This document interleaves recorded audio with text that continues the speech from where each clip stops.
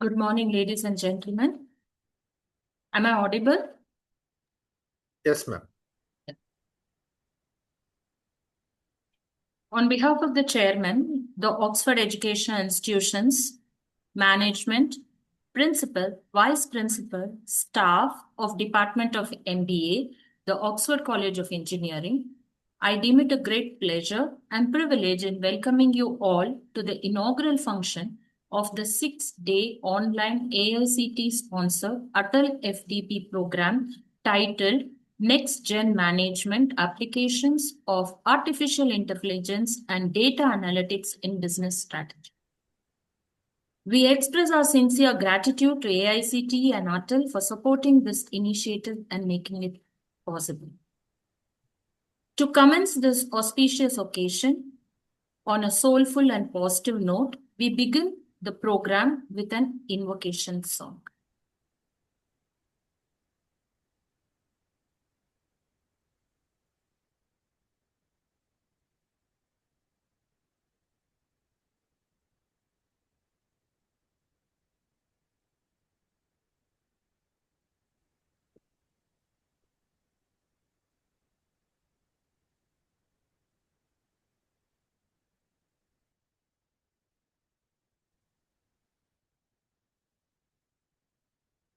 Ma'am, song is not. No, just a minute.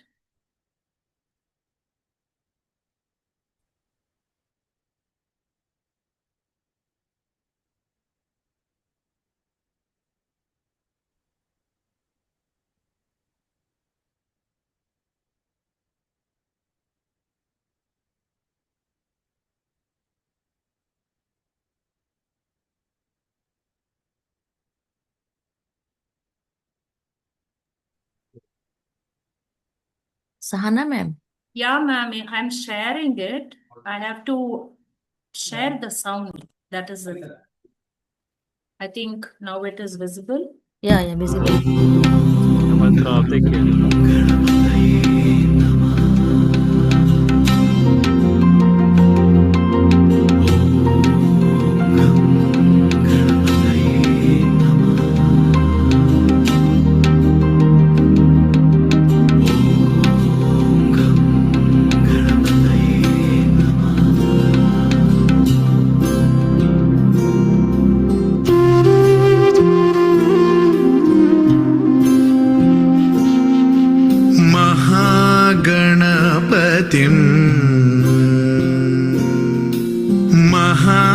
महागणपतिं मनसा स्मरामि महागणपतिं मनसा स्मरामि वसिष्ठवामदेवादिवन्दित महागणपतिम्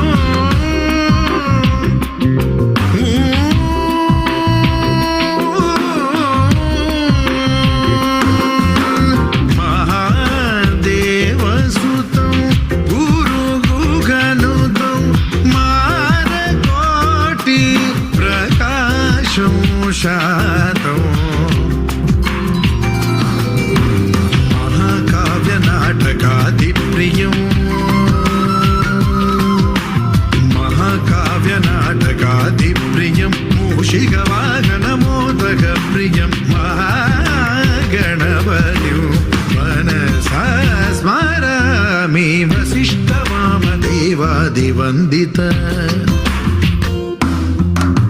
महागणपतिं मनसा स्मरामि।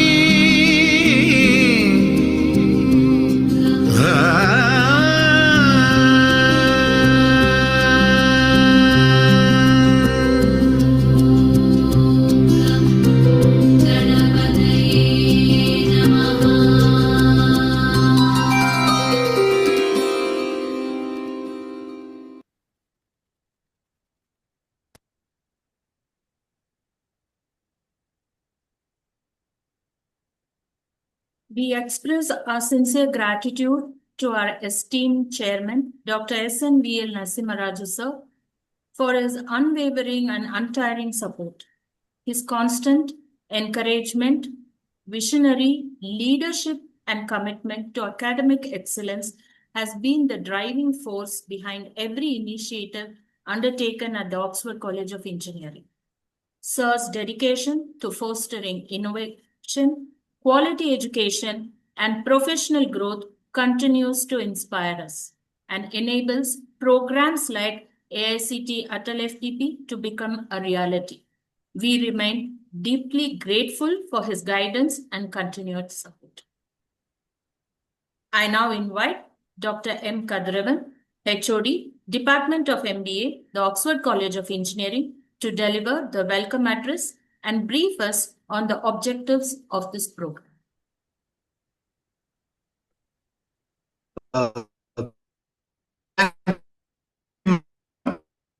Sir, you are the co-host. Can you hear me?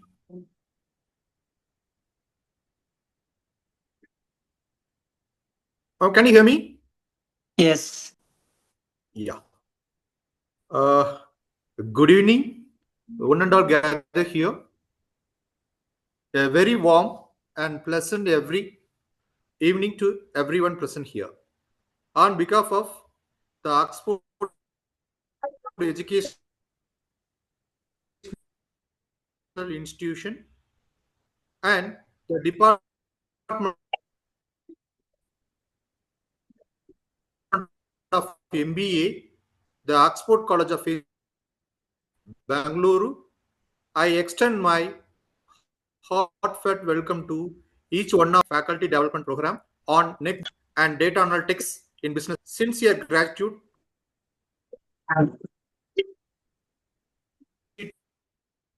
and ATAL Academy for our granting approval and supporting this FDP. Innovation and fostering continuous learning has enabled us to organize this meaningful academic initiative. We also extend our thanks to the Oxford College of Engineering, Management, and Principal, Vice Principal for providing constant engagement and the platform to conduct such a quality program. We are greatly honored to have with us our guest Purnima Pradajana, Institute of Management, ODP, and former founding Vice Chancellor, Srinivas University, Mangalore. Sir, it is indeed a privilege to have you with us today, and we are eagerly looking forward to your insightful address. Welcome you, sir, and also extend my heartfelt gratitude to our respected Chairman, Sir, Dr. S.N.V.L. Narasimharaju Garu, for his visionary leadership, constant support, and encouragement, which inspire us to organize impactful academic initiatives for faculty and scholars across the country. Welcome you, sir, in his absence. Yes. Note of appreciation goes to our beloved principal, sir, Dr. Rakesh SG, for his unwavering support, guidance, and motivation in successful organizing this FDP. Welcome you, sir. I take this opportunity to sincerely thank all our resource person, organizing committee, members, coordinators, and participants for their valuable contribution, enthusiasm, and commitment towards making this FDP a rich platform for learning and knowledge sharing. Once again, I warmly welcome you all for this wonderful FDP.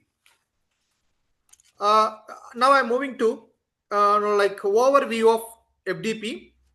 It is giving me a mission pleasure to share an overview of our 6-day faculty development program on next gen management, application of artificial intelligence and data analytics in business strategy.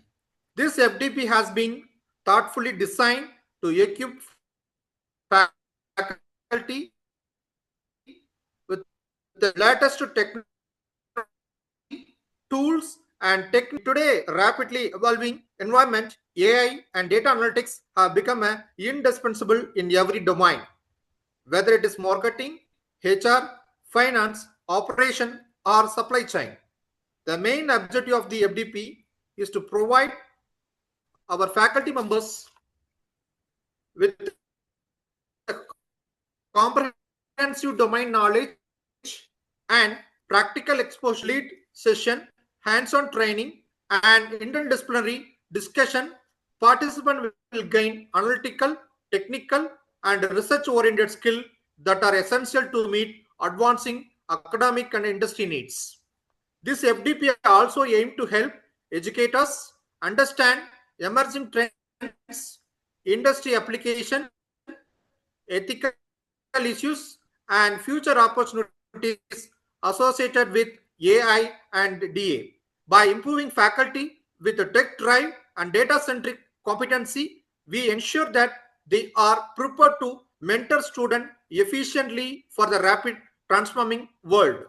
Coming to the objective of ATAL FDP, this initiative by AICT is a remarkable effort to strengthening the academic ecosystem across India. ATAL FDP focusing on enhancing teaching skill through modern pedagogy, encouraging research and innovation, and updating educator on cutting-edge technologies. The program promotes interdisciplinary, supports the goals of P20, and has national ability for inclusive. And with the ATAL Academy, we aim to foster professional growth, encourage innovation, and create a learning environment that builds in technology with strategic thinking. We are confident that the knowledge sharing during these 6 days will greatly contribute to academic excellence and future-ready teaching practices. Once again, I warmly welcome you all and wish the FDP a grand success. Thank you, ma'am.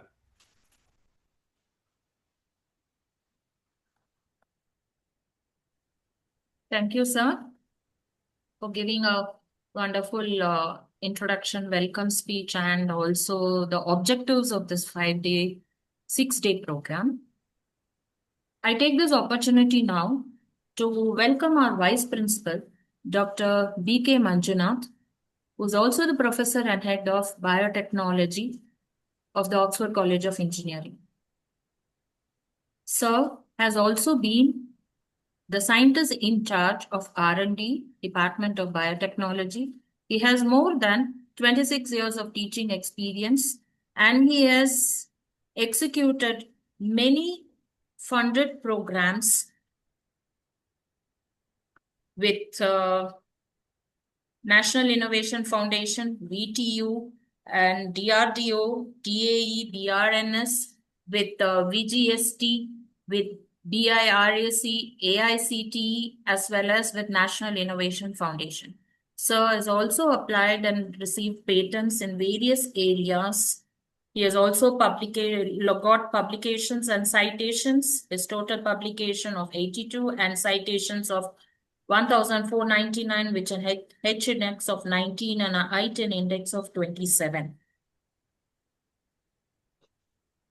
He has guided 5 PhD candidates and 18 students for their research project funded by Karnataka State Council for Science and Technology under Student Project Promotion Scheme. A total of 68 national and international research papers have been published by him in reputed journals. He has also participated and presented 20 papers in international conferences and symposiums. I now request our Vice Principal and Head of Department of Biotechnology, Dr. B.K. Manjunath sir, to address us. Thank you, madam. Very good evening to one and all gathered here. Respected today's chief guest, Dr. ATAL, and our honorable chairman, Dr. S.N.V. Narasimharaju Garu, and our respected principal, Dr. Rakesh sir, and my dear colleagues and the organizer, Dr. Sahana and Dr. Kadiravan. It gives me immense pleasure to stand in front of you in introducing our institution and appreciating our faculty effort in gaining the knowledge and in making an attempt to conduct this kind of FDP.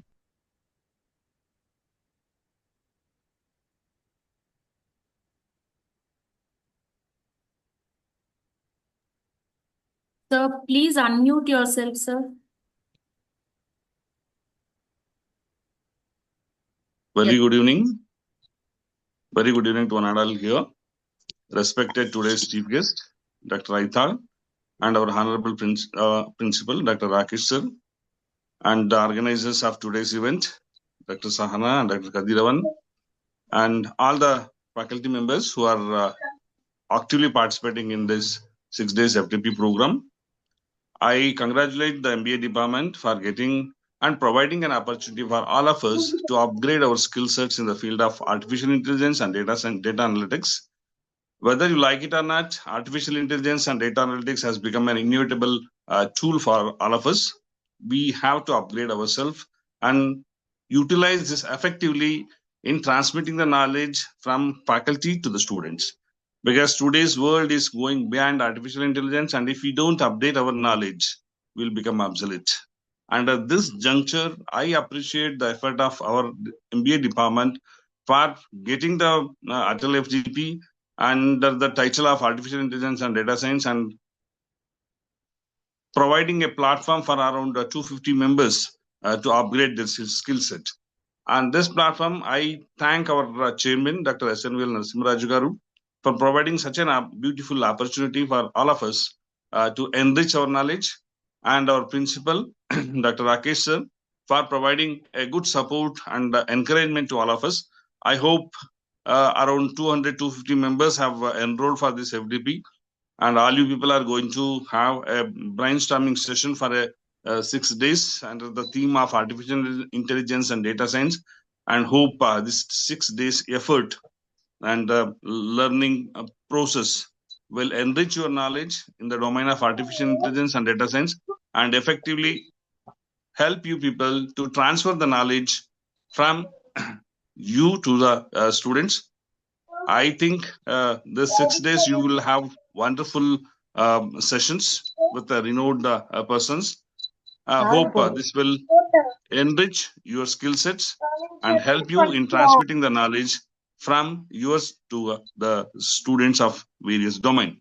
I congratulate once again for the MBA department for giving me an opportunity to talk to you people in this wonderful evening. I wish all of you the best process of knowledge sharing. Thank you, madam. Thank you very much. Thank you, sir. Thank you very much for giving us and motivating us on this occasion.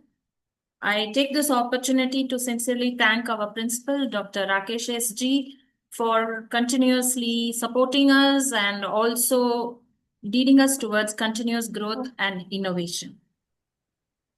Thank you, sir.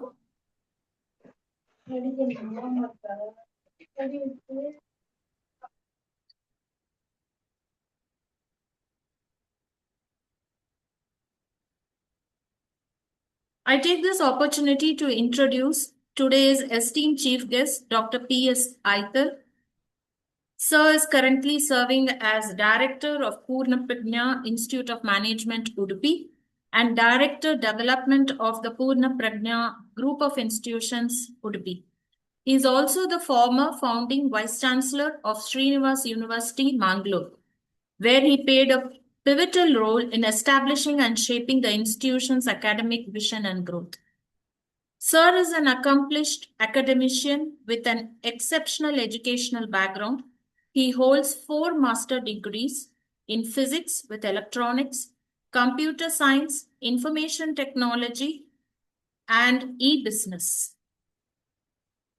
He has earned 2 doctoral degrees, a PhD in physics from Mangalore University specializing in non-linear optical materials, and a PhD in business management from the Manipal Academy of Higher Education, focusing on mobile banking.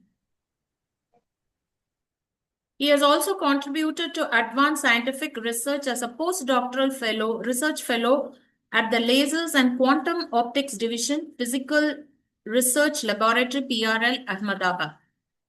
With 33 years of distinguished experience in teaching and research and 22 years of administrative leadership, Dr. Eichel stands as a respected scholar, visionary leader, and reverend academician whose distributions span science, technology, and management education. It is indeed an honor to have him against us. I now request Sir to deliver the inaugural address. Sir, over to you. Thank you. Thank you. I'm audible, isn't it? Yes, sir, you're audible. Sir. Whether I'm audible? Okay. Greetings from PS ATAL from Udupi. Honorable Chairman of Oxford Group, Dr. Narasimha Raja, the Principal of Oxford Engineering College, Dr. Rakesh H.G., Vice Principal of Oxford Engineering College and HOD of Biotechnology, who spoke just now about the importance of this FDP, Dr. B.K. Manjunath, the head of the department of MBA program at Oxford College of Engineering, Dr. Kathiravan, Dr. Sahana A, the coordinator of ATAL FDP program, and Dr. Lakshmi Sunita, the co-coordinator of ATAL FDP program, and who was my postdoctoral research fellow. So I am very happy to be part of this inaugural session of this futuristic, innovative faculty development program for business management, titled Next Generation Management, Applications of Artificial Intelligence and Data Analytics in the Business Strategy, which is AICT sponsored 6 days evening FDP program, so that many faculty members of business management can participate. So now when I go through this, there are about 180 participants who have joined, and others are yet to join. And as per the organizer, Dr. B.K. Manjunath, so more than 200 faculty members teaching business management in different colleges all over the Karnataka, all over the country, have registered and participating in this program. As you know, business management is taking a special term due to the continuous improvements as well as discoveries in technology. Currently, we are in 4.0 industry technology, which is based on IoT, Internet of Things, and mass customization is the objective of Industry 4.0. But we are moving towards a 5th industrial revolution, based on artificial intelligence and robotics technology in one side, and data analytics and business intelligence on another side. So both artificial intelligence and robotic technology, as well as data analytics and business intelligence technology, are changing the way of doing business. And the rules of business are being rewritten based on the advantages and benefits of these continuous improvement in technologies. Actually, this artificial intelligence and data science data analytics comes under a big universal technology umbrella called Information Communication and Computation Technology, ICCT, where there are about 12 emerging technologies. Out of them, the major two emerging technologies are artificial intelligence and data analytics. Why this topic and why now? Maybe an interesting discussion for the participants. So there is a paradigm shift from intuition-based to data-driven decision making. So earlier we used to teach our students that decision making is intuition based and data driven decision process. But the quantitative necessity based on development of technology made companies to leverage artificial intelligence and analytics, and then only they can outperform their peers. So we must prepare our students for boardrooms of tomorrow, not yesterday.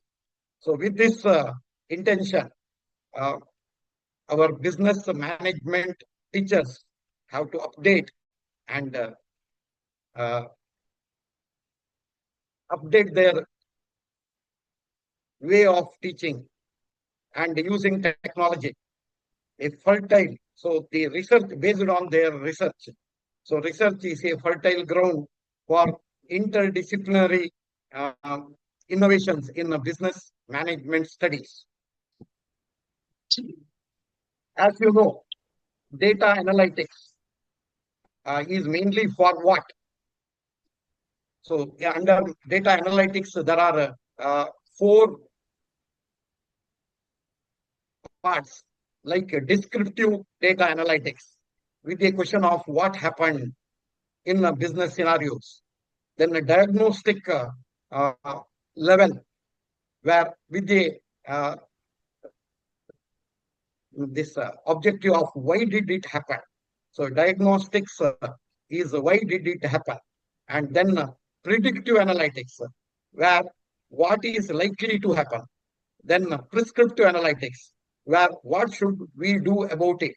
So these are the 4 questions are tried to answer through data analytics under descriptive analytics, diagnostics analytics, predictive analytics, and prescriptive analytics. Then artificial intelligence will give you a solution how you can handle this. How you can handle this. So under artificial intelligence, machine learning supports learning from data without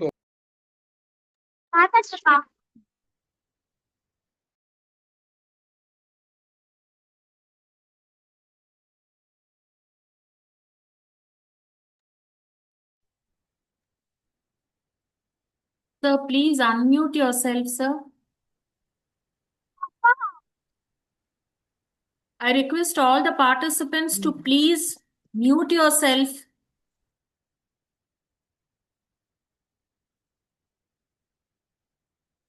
Aitan, sir, please Now, unmute yourself. shall I continue? Yes, sir. Continue, sir, now. Okay. So the evolution of strategic decision making involves intuition and experiment in olden days, where the decision relied on managerial gut feel and past experience, prone to bias and limited by human cognitive capacity. But now the strategic decision making depends on data and information, using historical data and dashboard for reporting. Better, but often backward looking. Futuristic or next generation decision making in business management involves artificial intelligence powered and predictive analytics. So systems that simulate scenarios, predict outcomes, and recommend optimum strategies in real time. So I will take only 5 minutes. So there are many core applications based on artificial intelligence and data science or data analytics, including business intelligence. Some of them include hyper-personal marketing. So we have to solve one-size-fit-all marketing in which is inefficient.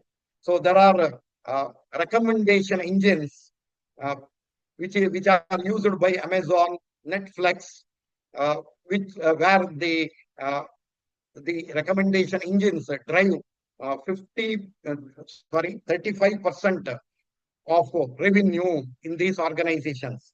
Then dynamic pricing under this hyper-personalized marketing is also getting importance using artificial intelligence and data analytics, where adjusting the prices in real time based on demand, competition, and customer profile.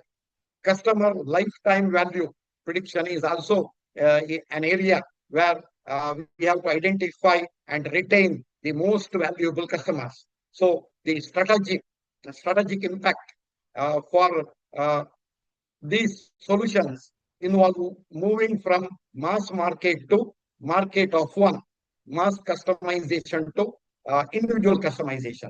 Similarly, optimized supply chain and logistics also need artificial intelligence and data analytics. Another application, enhanced customer experience, also need artificial intelligence and data analytics. Then another core application like data-driven talent management, where we have to manage or we have to build a more skilled, engaged, and productive workforce. Then the fifth application is AI in finance and risk management, where you have to, where the problem is financial fraud, credit risks, and market volatility. By using artificial intelligence and data solutions, we can go for algorithmic trading, where executing trading at superhuman speeds based on market signals. We can also do fraud detection by identifying anomalous patterns in real-time transaction data. We can also study the credit scoring by using alternative data for more accurate risk assessment. So the strategic impact would be protecting assets, ensuring compliance, and uncovering new investment opportunities.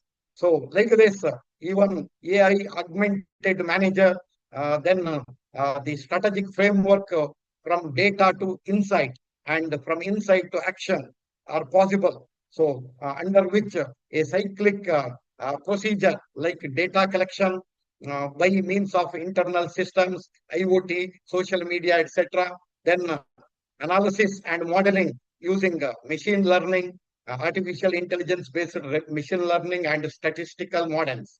Then strategic insights like identifying opportunities and threats, informed decision by choosing a course of action and executing and monitoring such implemented decisions and tracking the outcomes are creating virtual cycle of continuous learning and improvement. So various strategic frameworks from data to insight and from insight to action are important to be learned during this FDP program. As per the organizer and coordinator, there are technology related discussions, strategic related discussions, and functional area application discussions. Then the challenges and ethical considerations of using artificial intelligence as well as data analytics will be also discussed as per the objectives of this 6 days program schedule, and the future horizons like what is next by using how you can use generative AI, like AI-driven chat GPT or AI-driven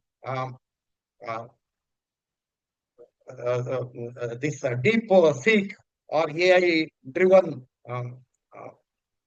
Gemini. So like that, there are many AI-driven GPTs which are used to create new content strategies and product designs. Then for autonomous strategic systems, like where artificial intelligence that can formulate and execute business strategies with the minimal human intervention. Artificial intelligence for sustainability is also supports optimizing energy use and reducing waste across supply chain. Then hyper-connected enterprises can be visualized by using Internet of Things and artificial intelligence, merging IoT and AI, the physical and digital worlds completely. We have published some papers on integration of artificial intelligence with other information communication and computation technology.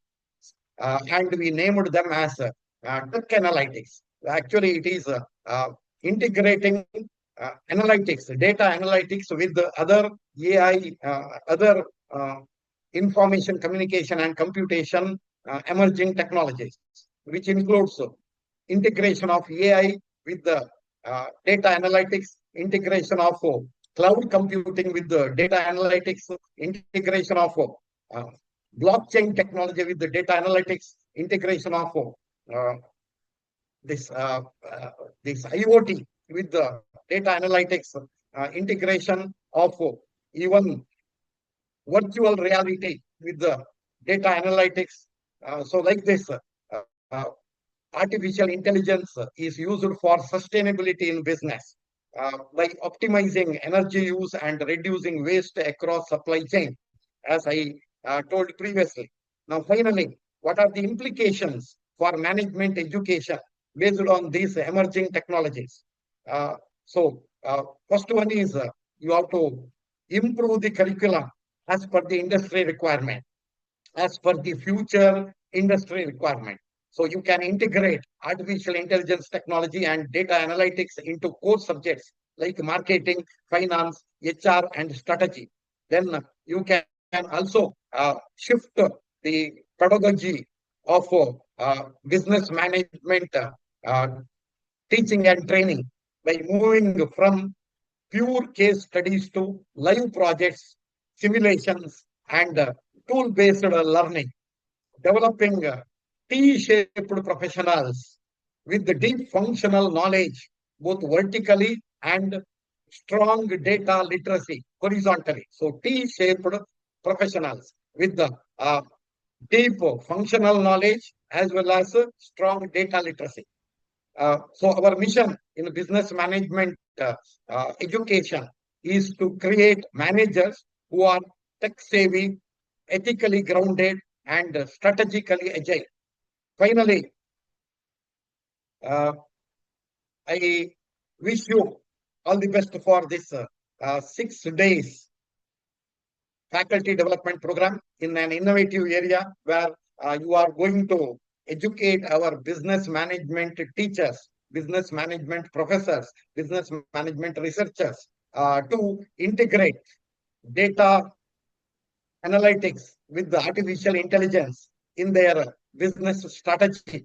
So there are 5 types of business strategies commonly used in business management in practice. The first one is called survival strategy, which is also called black ocean strategy. Second one is sustainability strategy, also called green ocean strategy. Third one is blue ocean strategy, which is also called monopoly strategy. And fourth one is competitive strategy, developed by Michael Porter, which is also called red ocean strategy. And finally, a mixed strategy, which is called white ocean strategy for growth and expansion. So when you use these strategies in business organizations, if you can integrate based on improving your expertise in artificial intelligence, data analytics, and other emerging technologies. Uh, Definitely, you can prepare the executives for future industries. You can also prepare entrepreneurs who can start their monocorn or multi-corn business for entire globe using a new model called gig economy, which is not a small gig economy, small g, small I, small g, which is a different definition of economy, where which is belonging to uh, what it is called unorganized employees. But we have another gig economy, which is capital G, capital I, capital G, gig economy. The full form of this economy is global internet-based growing economy. So we have to prepare our business management students to start their own business, either online or offline, and serving the global customers using this gig economy. So you can study more about this gig economy and the opportunities for business managers to start their own business at the time of losing the employment in business industries, in primary, secondary, tertiary, and quaternary industries. The only solution is our business management graduates and scholars should start their own business, either as consultancy or under this gig economy to offer various kinds of digital services to the entire world. So with this, once again, I wish you all the best for this six days AICT sponsored ATAL FDP. I am sure that the participants will get special insight on using AI and analytics, data analytics to solve business management problems, and they will support organizations, business organizations to reach their excellency in the year of this era of 21st century. I thank the organizers for providing an opportunity to me, and thank you. All the best. Thank you, sir. Thank you for sharing with us your in-depth knowledge and a very vast overview about the application of artificial intelligence in management and in ICT, and the way we need to groom ourselves and upgrade ourselves for the betterment of the economy, as well as for the career orientation of the students, as well as for it. I once again thank you, sir, for accepting our invitation and coming and being our chief guest for today's function. Thank you. Thank you very much. I thank our dignitaries, Dr. B.K. Manjunath, sir, Vice Principal, Oxford College of Engineering. I thank our guest, Dr. ATAL, sir, for accepting our invitation for the inaugural of the ATAL FDP program. I now welcome all the ATAL FDP participants. We are delighted to have you join us for this enriching event, which aims to explore the transformative role of artificial intelligence and data analytics in reshaping business strategies and management practices. Over the next 6 days, we are confident that this program will provide you with invaluable insights that can help you leverage these powerful tools to enhance business decision-making and leadership. In a few moments, we will be starting with the session 1.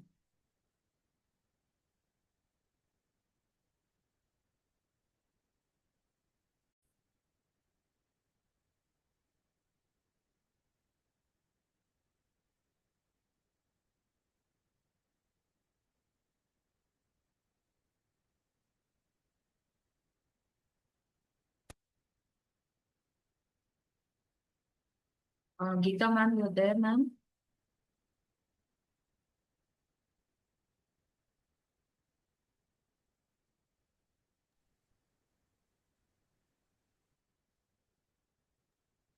Is there, ma'am. Just you can Geeta call ma'am, one more can you time. unmute She may not yourself? able. Yeah, I have unmuted. हाँ ma'am. Can you Just see me?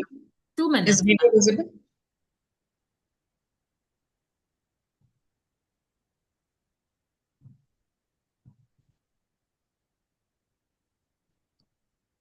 It gives me immense pleasure to welcome Dr. Geeta R., an experienced education professional and an administrator with over 21 years of excellence in academia, research, and professional consulting. She holds a PhD in Digital Human Resource Management from the University of Mysore and a postgraduate program in Data Science and Business Analytics from the University of Texas at Austin and Great Lakes. Dr. Geeta specializes in diversity and inclusion, HR analytics, leadership development, strategic talent management, conflict management, and business sustainability. She has 32 research publications and is ranked among the top 10% of authors globally on SSRL and serves on editorial boards of reputed journals. She has delivered over 40 invited talks, FDPs, and MDPs across India at premier institutions and corporate organizations and has held leadership roles as principal, professor, and head of department programs of MBA programs, establishing research centers, center of excellence, innovation labs, and numerous institution partnerships. I now hand over this pedestal to Dr. Geeta, who will be addressing us on the topic applications of artificial intelligence in human resource management. Ma'am, over to you. Yes, ma'am. Ma'am, my camera somewhere it got disabled. I don't know what went wrong. I'm trying from my end. It is enabled. Can you hear me? Yeah, I'm able to hear you. I've actually not disabled anything for you, ma'am. You're the co-host. 1 minute. Let me try if I can enable it. Yeah.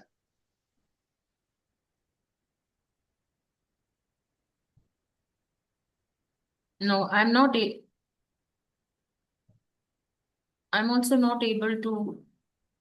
Yeah, I think now it is done. Yeah. Now, yes, ma'am. Now it is enabled. Yeah. And I've shared my screen. Is that visible?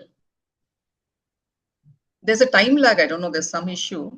All of a sudden, till now it is fine. Yeah, we can able to hear you. Yeah, No we issue. can see, ma'am. Yes, ma'am. I'll just share screen. Yeah. Hopefully.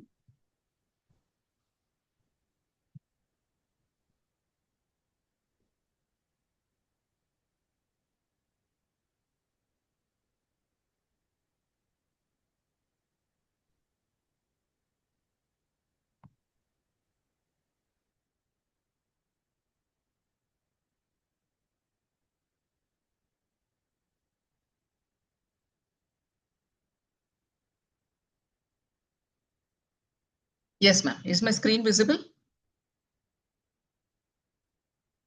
No, ma'am. You are visible. Yeah.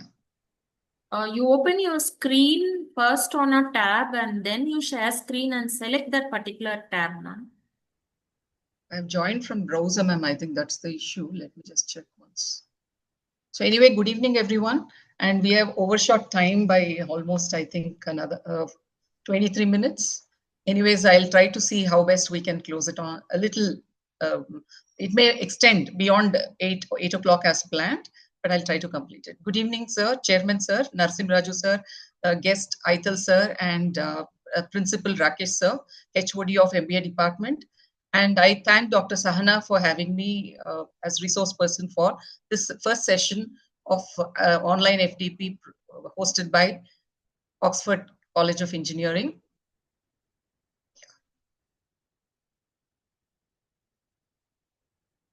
There's some technical issue, ma'am. All of a sudden, I don't know. Ma'am, share your PPT to me, ma'am. Yeah, I'll just send it in case if it's not working here. Probably you can. Yeah, share it to me, ma'am. I will do it. It's like I've added in Slido AI tool to run the poll. When we have add-ins, sometimes they create problem like this. That's the issue. Okay. But anyway, I'm just sharing it again. Can you see it now, ma'am? Yes. Now it is visible. Hopefully it's same. Yeah.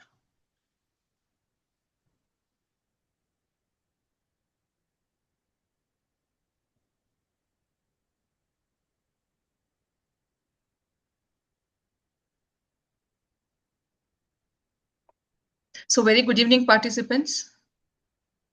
I can see around 156 participants. I was told by ma'am that around 210 have registered for online FTP.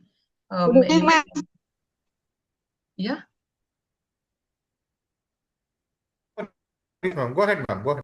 Yeah, we'll start with a quiz quickly so that I don't waste time, and then I'll come to the slideshow. Can you all quickly, can you see the Slido quiz that is it visible to all of you? I'm presenting a quiz right now. Once I stop sharing this, perhaps my slideshow will work properly. Can you all see? Yes, ma'am, it's visible. Yeah, please take the quiz. It's live.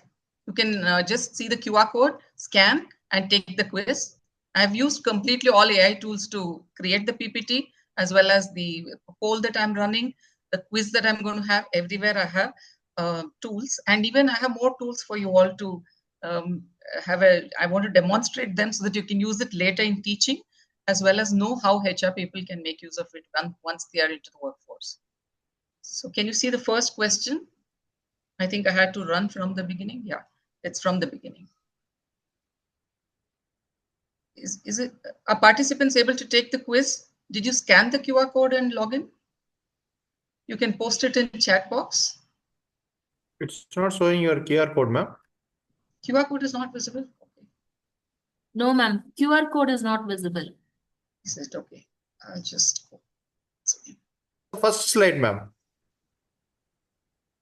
there are a lot of people joining in waiting room, and I'm continuously allowing them also. yes, ma'am, that's also a little distracting. Anyway, just log in.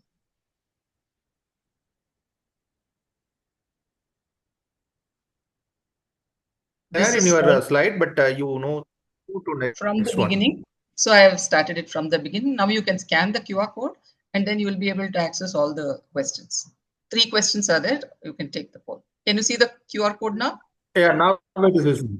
Yeah. Now it is visible. Yeah, sure. So this is the code that you have to scan, and then the first question appears here. Are you currently using AI tools in your teaching or research? If you're using regularly, say yes, regularly. I think 67% of you are using occasionally. 50, you can see the answers also live, I guess. 9 people have responded yet. Many more are yet to respond. 11 of you have responded, and out of which 64 are using it regularly. Out of 13, 57. A lot of people are yet to respond. All the participants can scan the QR code and take the quiz. Because they're connected with the mobile, no. Yeah. If you take this poll, I'll be able to understand how many of you are very familiar with AI tools, and we can keep it more interactive so that others who are not using it can also start using it. It makes the life so easy. In fact, the slideshow, everything, the content I prepared, because of the Slido add-in, it got crashed. But yet, I was able to recreate it within an hour without much difficulty using multiple tools, which I'm going to discuss with you now. Things are so easy. And I think for teaching or anything, quickly we can get all the content. Nothing is difficult. We can make it possible. So now 35 of them have taken the quiz, and 56% say they're using it regularly. 39% occasionally. No, but I want to use. 5%. Not interested. Nil. That's really great. It is encouraging. So which institution are you working for? Here it is like all of you can see it as it is. Can we close this quiz now? Say first question, or still you are trying to take it? 43 people have taken, because this itself will take longer time. Quickly scan, and all the 3 questions you can answer. They're open. Can you see the next question? Those who have taken the first one. Ma'am, many of them have put it in the scan also. I mean, in the chat also, they are answering here saying, yes, okay. Yes, we are using it.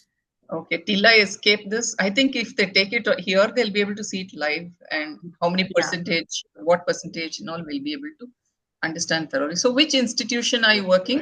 It will all show on a cloud. If you're, Acharya, Bangalore B School, St. Aloysius. We have people from Symbiosis, Velamal. Yes. Yeah. So multiple, right now 28 people have logged in and answered this question. So this is all on Slido. You can use it for quizzing or for running a poll, to take a survey, for everything. There are multiple tools, Mentimeter, Quizzo. I mean, you have many, poll survey app, many are there. You can use them. So 36 of you have answered. Can we have more people to answer this? All the participants, if you answer, it will be great, because we'll get to know from where all you have come.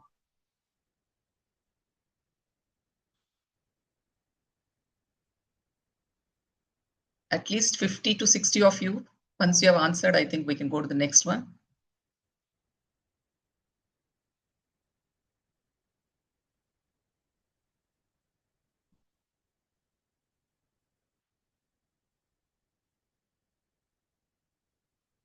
In the meantime, let's not waste, as others are taking survey, those who have completed. Can you tell me about some of the AI tools and different levels of AI tools that are available for teaching, or it could be for different operations and functions and operations in organizations in general, not specifically to HR, because HR we are going to learn now anyway.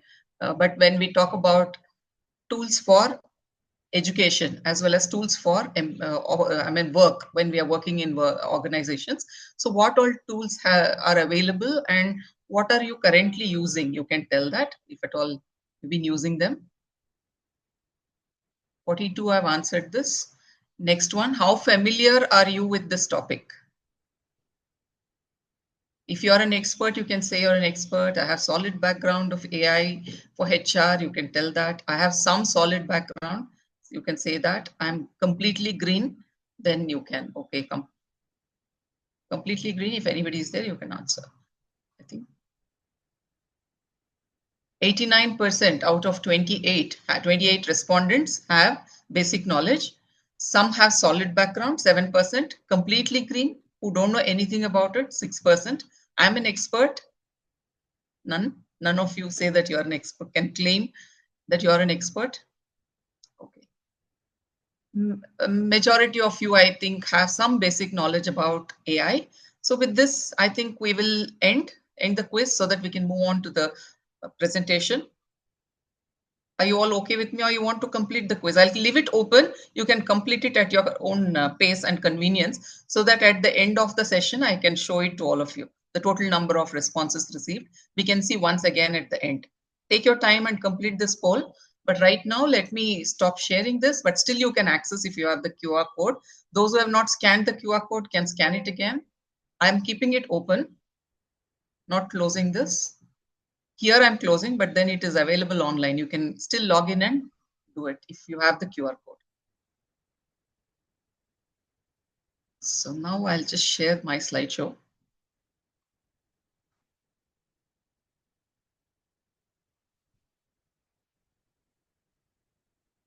Since ATAL, we also had done ATAL FDP at SSMRV earlier, so we need to use their logo, everything on the slideshow. That's the reason why I've included it.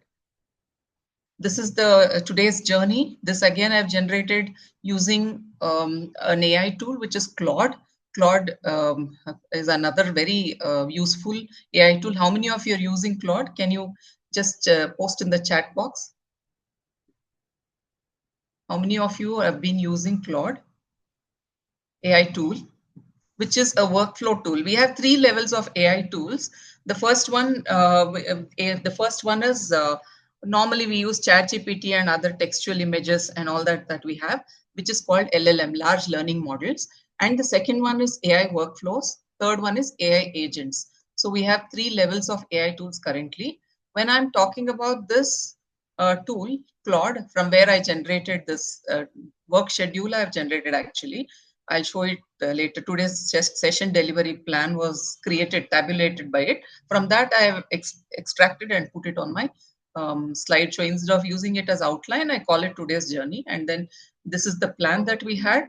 But little we are changing now. The plan will change because of the, it may extend by another 20 minutes if it's okay to all of you. Or else I'll try to complete it at the earliest possible.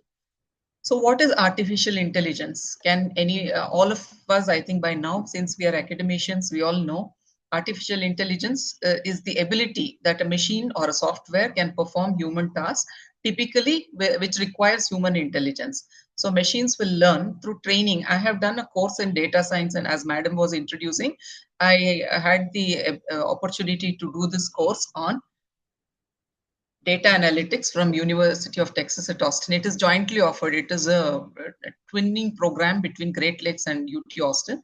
So we get dual degree on pursuing this. 1 year, in between my work, I somehow managed to attend the classes and do everything and complete the entire course. So that was very, very useful when it comes to this artificial intelligence, and why I am here today delivering this session. It's because I had the background. I have worked I've learned to use Python, NIME, SAS, many tools which can be used for data analytics, visualization, and multiple things. So now this artificial intelligence will help machines will learn. They use human intelligence anyway to learn. We have to train them using the large data. You have Kaggle and many other GitHub, many resources from where the data sets are available for learning. So if you use those data sets and train the machines, even organizations have to train the machine. The Amazon case, which we are going to see now, in that Amazon case, you will see how machine was trained and it was a failure. It did not succeed. There are many failure stories. Even TOCE, a Twitter app which was developed by Microsoft, was withdrawn because of, for teenagers it was developed. It was withdrawn. So there are multiple tools like this which failed. The reason also we're going to learn in the end. I have put specific HR operation which is taken up, and then we are going to discuss why it happens. There are many success stories as well, which we are going to see. So this artificial intelligence can be at 3 levels, as I said. The first one, LLM, which is large learning models. And second one would be workflows like Claude, and we have even one Google's, we have LM app, which is Google Notebook LM app. So all of these are workflows. ChatGPT, OpenAI, these are all part of that first category, which I told, LLM, large learning models. And the third category is AI agents. AI agents, recently, BristleCon, I was invited to deliver a talk. There I had, for employees, their employees across the world, maybe Mahindra Group company. So the group from Mahindra as well as BristleCon, some employees had joined. So they were these employees, when they joined, I was asking them about unconscious bias that is there. What is this unconscious bias? If anybody knows, can you tell me what it is? This is also connected to HR. What is unconscious bias? I can't see the chat messages.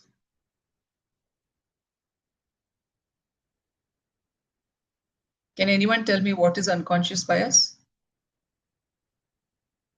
You can ping in the chat box. If you're comfortable, you can do that. Good evening, ma'am. Good evening. Yeah, or you can open you can just, yeah, please tell me, Mr. Yeah, Ajit. so Ajit, this side. So unconscious biasness, maybe we are inclined towards something, maybe not because because of the intention, or maybe the pre-planned, but it happens maybe because of our training or the data set on what we are trained on. So we are inclined without intention to do so. I think is my submission, ma'am. Correct. So we have certain presumptions, assumptions, because a culture is cumulative, and we have interacted with many people in society, with whatever, from family, from our interaction with society, friends, relatives, education system, everywhere. All that has led to certain assumptions in us. We feel that girls are meant for this. We stereotype and box people in compartments. We say people from Asia are like this, people from different races, Hispanics are like this. So we have our own presumptions about things. Men are strong, women are weak. So these are all the assumptions that we have. And when you feel that certain jobs, even Sudhamurthy said that for Tata company, initially there was no, in the recruitment notification, they had not invited females. Females need not apply, they're told. And she wrote a letter that I think it's a story known to most of us.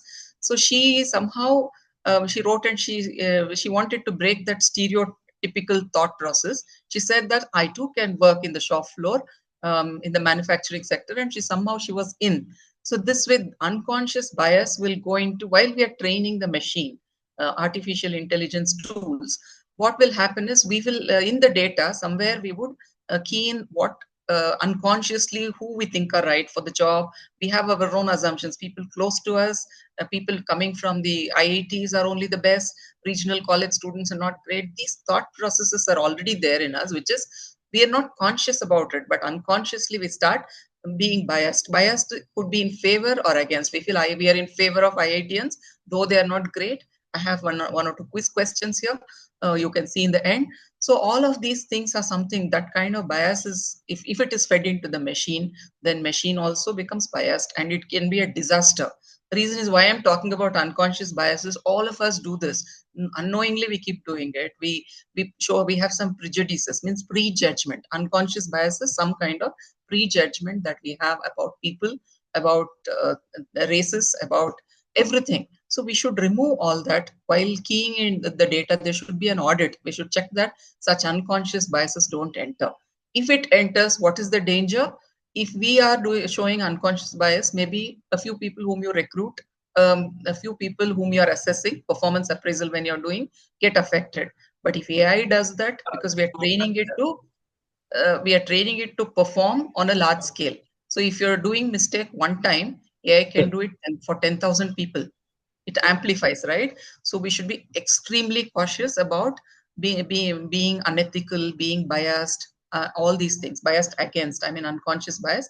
All this should be avoided. So that is what we are looking at. In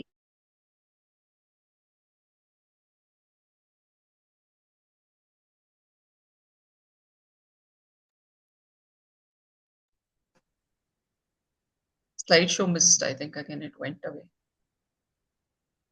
Yes, ma'am. I've joined from browser, ma'am. That could be the problem. Yeah. Yeah, now it's visible. So this, we can see that AI is transforming the way HR functions. Artificial intelligence is completely transforming. It is enhancing the efficiency, the accuracy with which the tasks are performed, HR functions and operations are performed. Innovation, a lot of innovative practices we have HR is bringing in. So it is something which we all should know. Well, so we see that artificial intelligence is now, there are different technologies in HRM. Different types of artificial technology is used. Machine learning. Machine learning depends on, this machine learning basically depends on data. So if the data, if data is there, predictive analytics can be done. When we say machine learn, it is subset of artificial intelligence. Then again, deep learning is it comes under machine learning. It is again a subset of machine learning. So AI is an umbrella term, and under that we have machine learning, natural language processing, computer vision, robotic process automation. These are all different types of AI that we are using. Machine learning is most widely used now. Natural language processing is also used. Computer vision, robotic process automation. These are used in corporates, and even we are consciously or unconsciously using it. You know, the aggregator platforms that we are using on our phone, Swiggy, Zomato. We have multiple. Now you have Bistro also. Bistro is like a restaurant cloud kitchen. So you have multiple things from where you can order. Restaurant aggregators, cab aggregators like Ola, Uber, and others.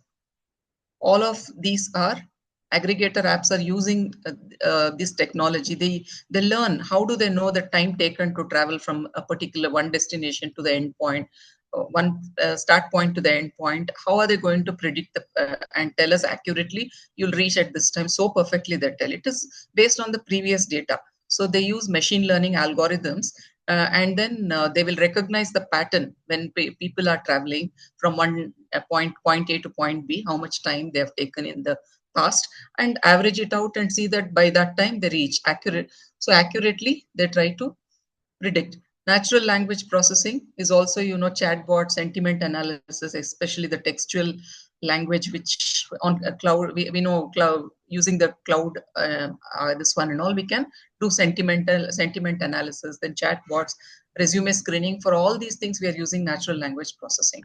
Then computer vision is used for video interview analysis, facial recognition, and RPA, robotic process automation, is used for automating repetitive HR tasks. Robots can perform them. So first, machine learning, if we see, it is used for prediction. Like Sir was telling while the chief guest, while he was addressing, he mentioned about different types of analytics. Can anyone recall them if you were listening cautiously? I think all of you know it. Diagnostic, Predictive, predictive, predictive, prescriptive, diagnostic. yeah.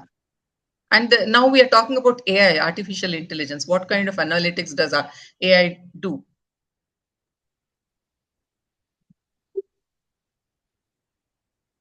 Cognitive. Prediction. Predictive as well as predictive, prescriptive, and cognitive. Cognitive is because AI tries to understand. Using our human intelligence, we feed the data into it. It tries to understand. Cognition is understanding.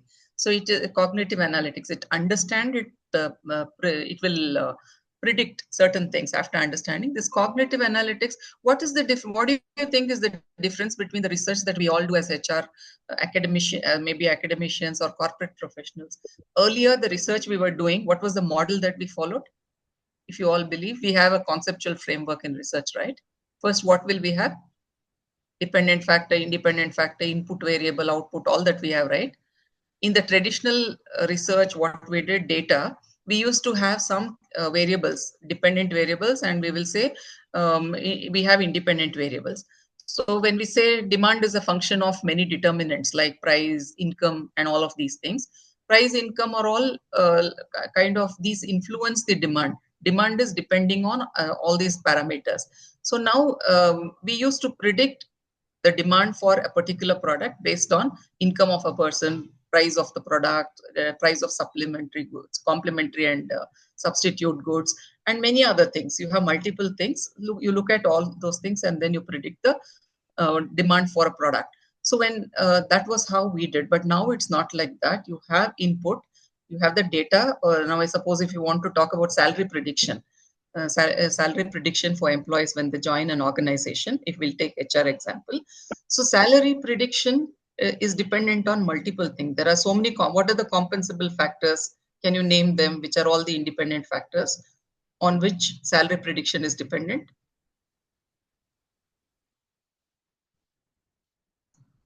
Salary depends on what? Educational qualification of a person, experience, right? Multiple things. There are so many compensable factors, skill sets, knowledge, ability, all that KSA factors and knowledge, qualification, experience, everything, many compensable factors are there and weightage is assigned to each one of them. So in a AI model, it will not just take these, in our normal research, what we do is we only take these independent factors and then say, predict the to what extent salary depends on education, weightage, 20%, 30% weightage we assign to each one of the parameters that we have, or you can call them as independent variables. So based on that, we calculate the salary prediction for each and every individual, from where they have to get their degrees, all that we see, right? So this is the way salary is for salary prediction we do. So that was when we did our own analysis. But AI needs previous data, past data that companies have. Even for recruitment, same way. For salary prediction, it is same way. For talent acquisition, or it could be for performance appraisal, AI needs data along with the outcome. Input, output, both are required, because it will see in the past data whether an IIT was selected, a regional college girl was selected, with how many years of experience a person was selected. All that it will analyze when we train, and selected or rejected. That is the outcome, right? When we do research, we'll only try to see selected or rejected. But now it is different. Now AI will try to see. AI will also need the what we did in the past. In the past data, when we had people with these compensable factors, what was the salary we had given? Who were given paid higher than the others? Who were paid less? All that AI will analyze, and based on both input and output, it will generate its own prediction, and it will prescribe a solution for the company. So that model, once created, it will be there forever. So that is how AI prediction includes both of this. That's the reason we have to be very careful, because the outcome that we had in the past will influence the outcome that AI gives to us. the result. It should meet our expectation. If it is not meeting our expectation, then the AI model will be rejected. It will not be accepted by the companies. If they can do some kind of reverse engineering, go and change the weightages assigned to certain parameters and do something, they will rectify it and reuse it. If they can't do like Amazon did, like Microsoft did, they will TAE was discarded. It was discarded. It was not used. It was withdrawn from Twitter. So TAE was withdrawn, and this Amazon also withdrew its tool. It discarded that tool. So why this happened? This is because AI, once in the algorithm, there is some debugging is very difficult process. Unless you know where the mistake has happened, you have to search a lot and do all that. I think if any engineers are there, they'll get to know about the difficulty. So this whole thing, if you know where the mistake has happened, it's okay. Otherwise, in the neural network, artificial neural networks that are there, we know that where it has gone wrong, we won't be able to identify. If you can identify that and fix it, it will be possible. So next one is, I was telling about machine learning. You can see some apps or tools that use machine learning, talent intelligence platform that uses machine learning. You can explore this further because we can't look at everything within the short time that we have. Workday Talent Insights, it predicts performance, attrition risk, and internal mobility within the organization. Gloat is another one. It's AI-powered internal talent marketplace. Pymetrics uses gamified assessments plus ML for candidate fit analysis. They may be using NLP also. So same tools can appear here as well, because they may use machine learning algorithms as well as NLP, because sometimes there may be overlap as well. Same tool can appear as an example. So NLP is used for understanding and generating human language. Whatever we are speaking in our accent, dialect, or it could be the language, all that through training, this tools will identify. Higher apps and tools using that: HireView, Paradox, Olivia, Textia, IBM Watson, NLP, then HireTual, AI sourcing with NLP-based talent search. All these are natural language processing tools. All these apps are using NLP. Then computer vision is used for video, image, and facial analysis. This should be done with ethical caution. Again, these are the apps that are using computer vision. Like it will analyze facial expressions, micro gestures, and engagement. So all this, if you see Face ID attendance systems, automated employee attendance and access control is possible because of computer vision. True Depth, integrated HR apps, they also identify verification in onboarding. Then identity of a person is established while onboarding, and even they are verified through this. Then Zoom virtual interview analytics tool, they track engagement, focus, and emotion cues through the interviews using Zoom app. It can pick up cues from how our body language, our eye contact, the way we interact, everything. So ethical and legal governance are very important when we are using all these tools. So robotic process automation is used for video, image, and facial analysis with ethical. Again, this should be used with ethical caution. It automates repetitive tasks based on rules. So in AI, what AI do is, using all the data that we give it, like machine learning algorithms, they create a logic after analyzing, testing, and using the train data that we give. It will analyze and it will come up with a logic to accept or reject in future based on past acceptance and rejection of screening, recruitment, resume screening. In past, what we have done, whether we have passed it to the next level or we have rejected, what was the basis for rejection, all that it will study. Vast data, the big data or the large data that we provide, it will study, and then it will come up to it will have a logical conclusion, which is called as an insight. That insight is derived from that, and it is given. It is given when when the companies test it, and if it works well for them, they will continue with it. If it doesn't work well, there are some errors to be fixed. They'll look at that, fixing that. So UiPath, HR automation, automation anywhere, Blue Prism, Chronos, or this UKG auto scheduling. All these are the apps or tools that are using RPA, robotic process automation. This is rule based. When we talk about computer vision, it uses videos, image, and facial analysis. Natural language uses, it'll try to understand the human language. It could be various languages, it could be same language, different dialects, all that it can understand, accent, everything it will try to understand. Machine learning that uses data for predicting future. I'll take questions at the end. Yeah, this poll is done already. So next we'll go to Amazon's AI recruiting tool. This is a case that we are taking, failure case. In 2014, the ambition of Amazon was they developed it to develop an AI recruiting tool, which will automate resume screening globally.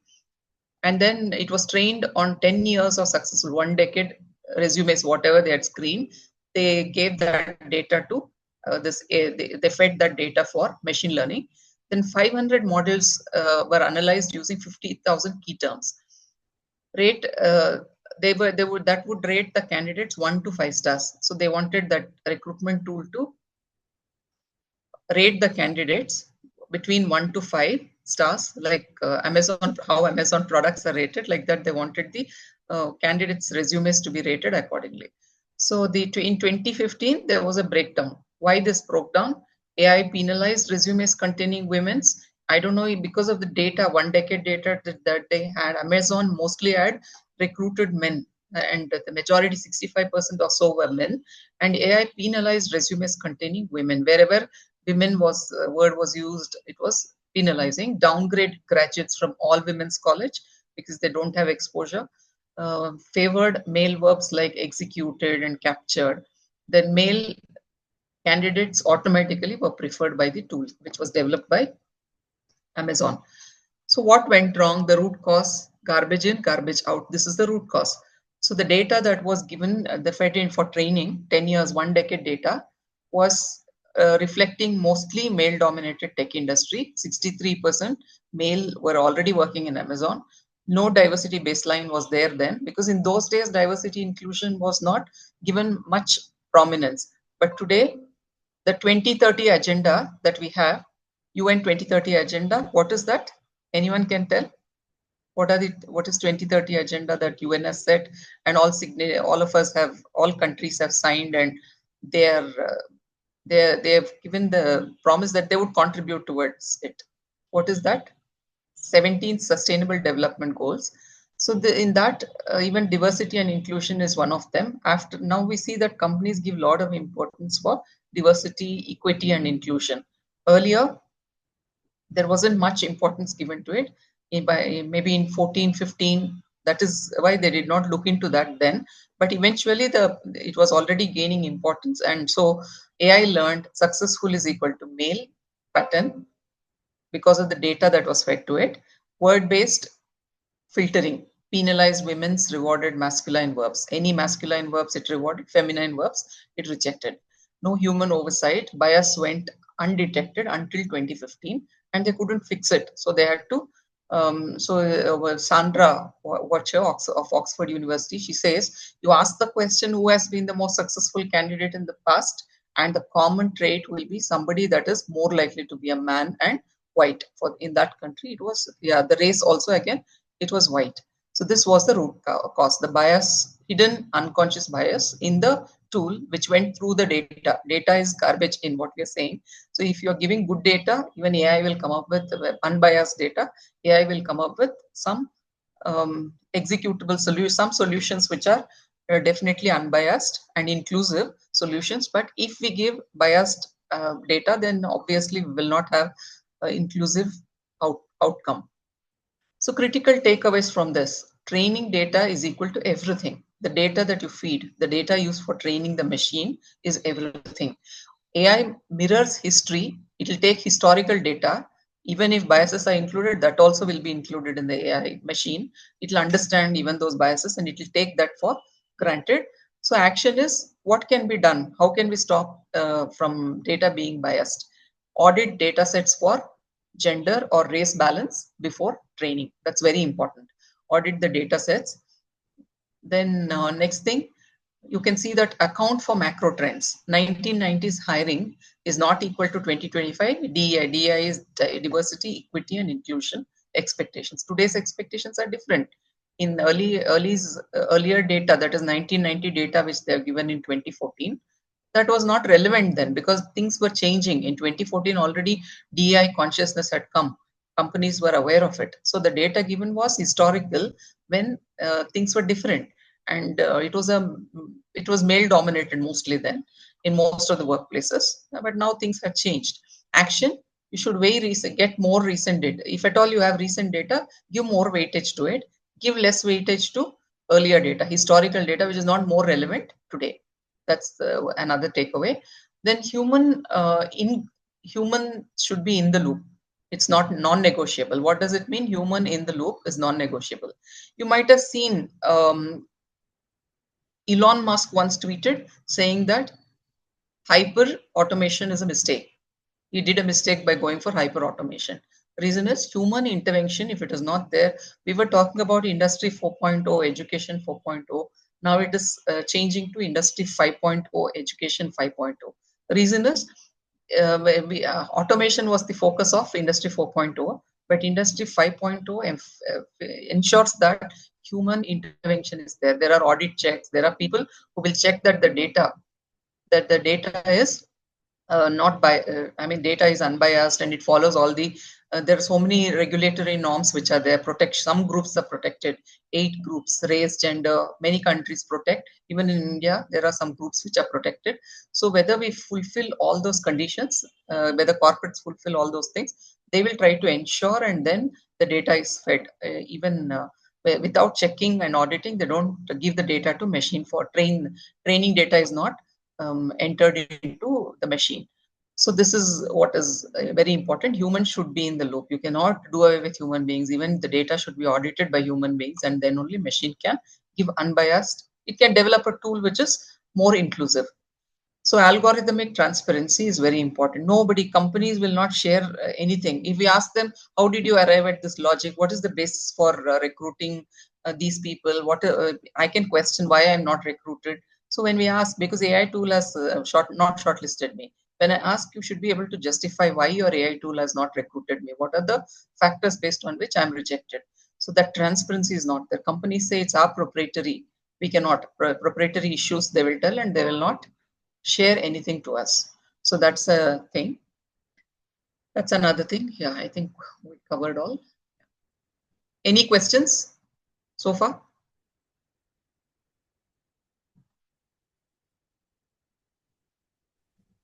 Good evening, ma'am. This is Dr. Sachin speaking. Yeah, please tell me. Ma'am, I have 2 requests rather than doubts. So, first one is, can you share that, the tools page for us for reference? Yeah, definitely. This entire thing will be converted to a PDF and shared to you. Ma'am, one more doubt I have. So in recent times, coming to the research, we are using the tools, most of all the tools, and we are taking the support and doing the research. But how to get rid of this AI detection like that, ma'am? Algorithm and all the things.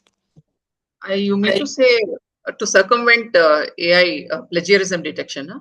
Yes, ma'am. No, but why do you want to do that? That is unethical. No, we should not. There are Quillbot and many other things which will rephrase the content that you have created. There are many tools now actually to circumvent that, but we should not do that. If we do, it is unethical. We as academicians, again, garbage in, garbage out. If we do that, we will not be able to guide our students well in future. Yes. So even whoever comes for guidance to me, now I'm consulting and some corporate people also come to me. They say, can you help me to rephrase? I said, no, I'm not that kind of guide. If you want to get guidance from me, I'll teach you how to do it rightly, not wrongly. And I make them do everything. Actually, what happened to me is I written a paper in recent times. Except then this stats and everything, I write my own.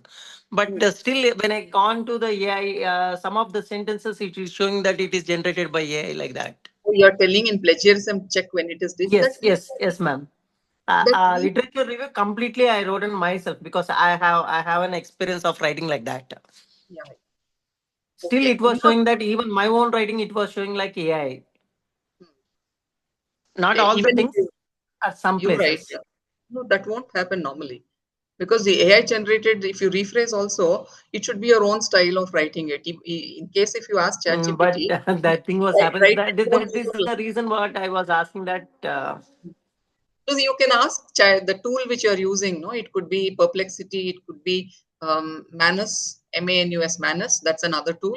Then it could be Claude, or it could be this anything, any tool that you're using. You can ask it to make it come out with the human language, complete human language, undetectable. It will do it that way as well. Okay. Madam, is there any empathy for worker performance appraisal for the machine? Sir, empathy, machine empathy. How can machine have Can- empathy? It's a human value, no? Yes, yes. So you want machine to become empathetic. A machine have a human value like us. That We in have some. the that in advance. Now we are in the AI agent level. Going forward, we'll have everything. You might have seen there are cases where people have started living with robots, machines, a robot that has been developed. So many things are happening. Robots are also learning. As we go on training, we will get to a stage. Now we are very AI is narrow. Once it becomes strong and advanced, it will become uncontrollable. You would have seen Robo movie. That's not wrong. It's going to be that way in future going forward. Everything machine will learn so much beyond from whatever we have fed. Beyond that, it will take from online everything when we enable it to access data from everywhere. So it will have its own intelligence. It will become so advanced that it can also start thinking like us, expecting like us. Everything will start, but it will come in the later stage. Right now, it's not that advanced. It's in the nascent phase, and what we know now, the AI, whatever we are using, textual, image processing, video processing, all that is very simple form of AI. There is potential for large scale development of AI, which we are going to see in the near future, and things will all start. It will be very difficult in future when once it becomes but it is better that human being interventions are there, controls and checks are there. If that's not there, AI will take control of everything in future, and we lose, many people lose jobs. All routine tasks anyway now, one by one there you can see. But we should become more advanced, we should be proactive, go to a level where we learn. We should upskill ourselves. Even now on AI in HRM, you can see there's one course by IIT Guwahati professor Abraham Crystal Isaac. Anybody has done that course on NPTEL? It's available. You can even get a certificate for that. So there are many courses like this if we get to understand. And even there's one lady on Google, if you can check, I'll share the links when I'm sending this PPT in the last one. You can do all those courses to upgrade yourselves and know what is the pace of development that's happening in AI, and what more is yet to come. Okay, a lot of changes are happening. See, emotions definitely going forward will come, but then they'll not be able to distinguish between right and wrong like us. That value judgment, how we have, right? Again, it is based on data. If AI does it, it's based on data. If data is correct, you have the good data fed into it, then right decisions it will make. If you are fed in biased data and unethically something is fed into the system, so you will not be able to get the right outcome.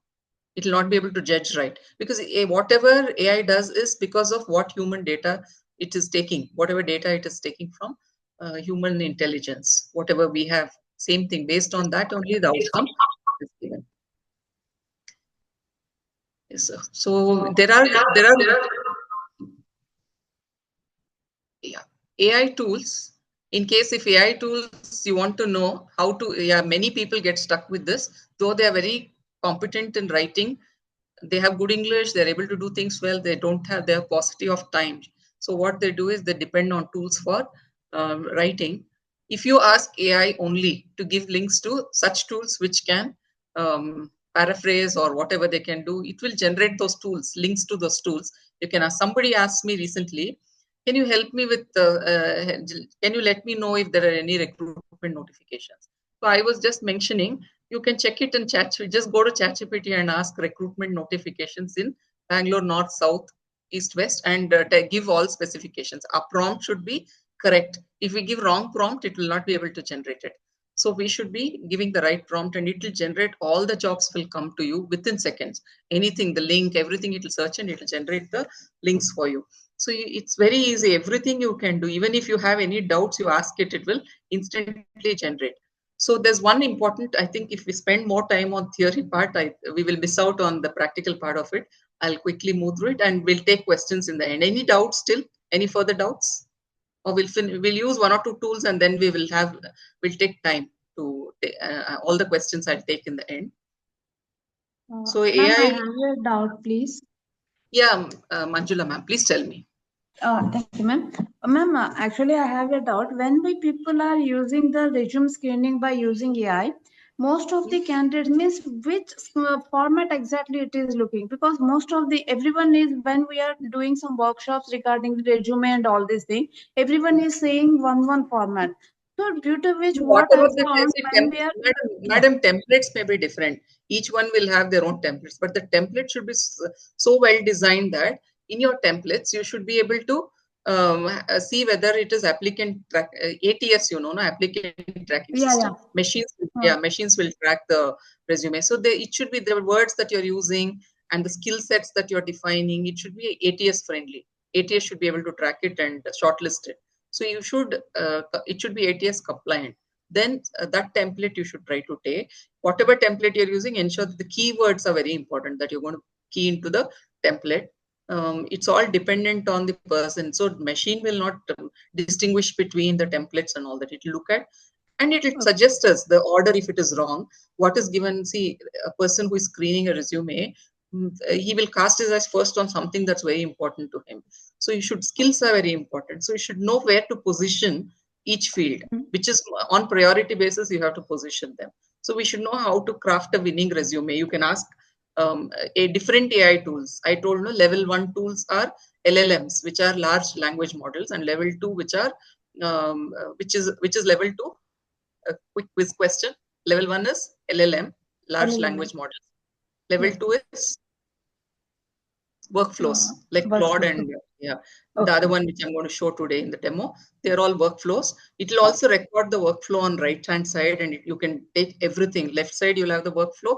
You click on that and you will get all the detailed output of that on the right hand side. So they are workflows. Third is AI agents. AI agents are created now. In fact, in the last, I had an online session, I told you, for the Bristlecone employees. There they had an AI agent, Nimish.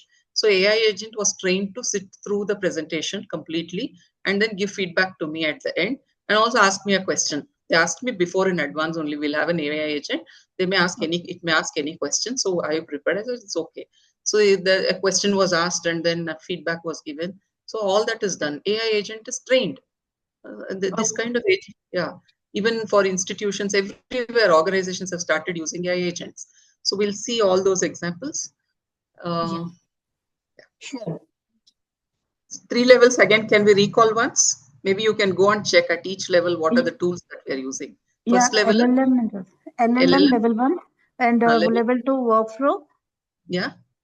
And third is AI agent. Yeah, agentic agents are the AI agents. Yes. Agentic AI, we say. Agentic artificial intelligence or agents. Trained agents. Yeah. Thank you. Next, my pleasure.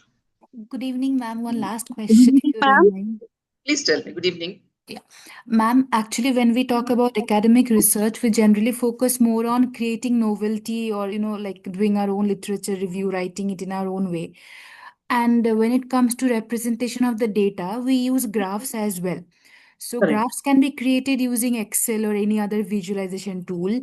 But in case we want to represent the data using an infographic, is it okay to use AI tool? Because creating infographics take a lot of time. And if we create a image using AI, if I mention that it is a AI generated image, but fully prompted by the author, is it allowed, ma'am, for journals? That on behalf of journals, I can't assure, because each journal has their own expectation. Some are open-minded; they don't mind you using it, but there should be originality of that idea that you have. They look at those things. And institutions and organizations which know that AI is here to stay and not to go, and it's going to get more advanced, and everybody will depend on that. They're allowing. I think somebody speaking there. Yeah. So hello, this. Ma'am. Yeah, Miss Veena. Good evening, ma'am. Ma'am, I have a question. Ma'am, today everywhere it is a AI, artificial intelligence implementing on the working place as well as everywhere, ma'am. But AI is a human-centric approach, ma'am. So machines and we are it's a human-centric approach. Today technology, tomorrow outdated, ma'am. Hello. Correct. I can hear you. Please tell me. Yeah, today technology, tomorrow outdated, ma'am. See, we are the human beings. How much technology we can learn in the in our working in our working style, and how it's going to implementing in the our future, ma'am. How long in the AI technology in the sustain in the industry, ma'am?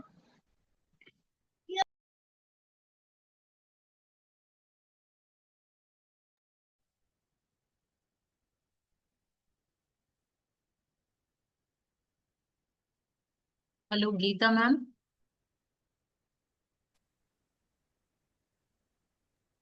I think we lost her connection. You can hear me? Yes, ma'am. Yes, ma'am.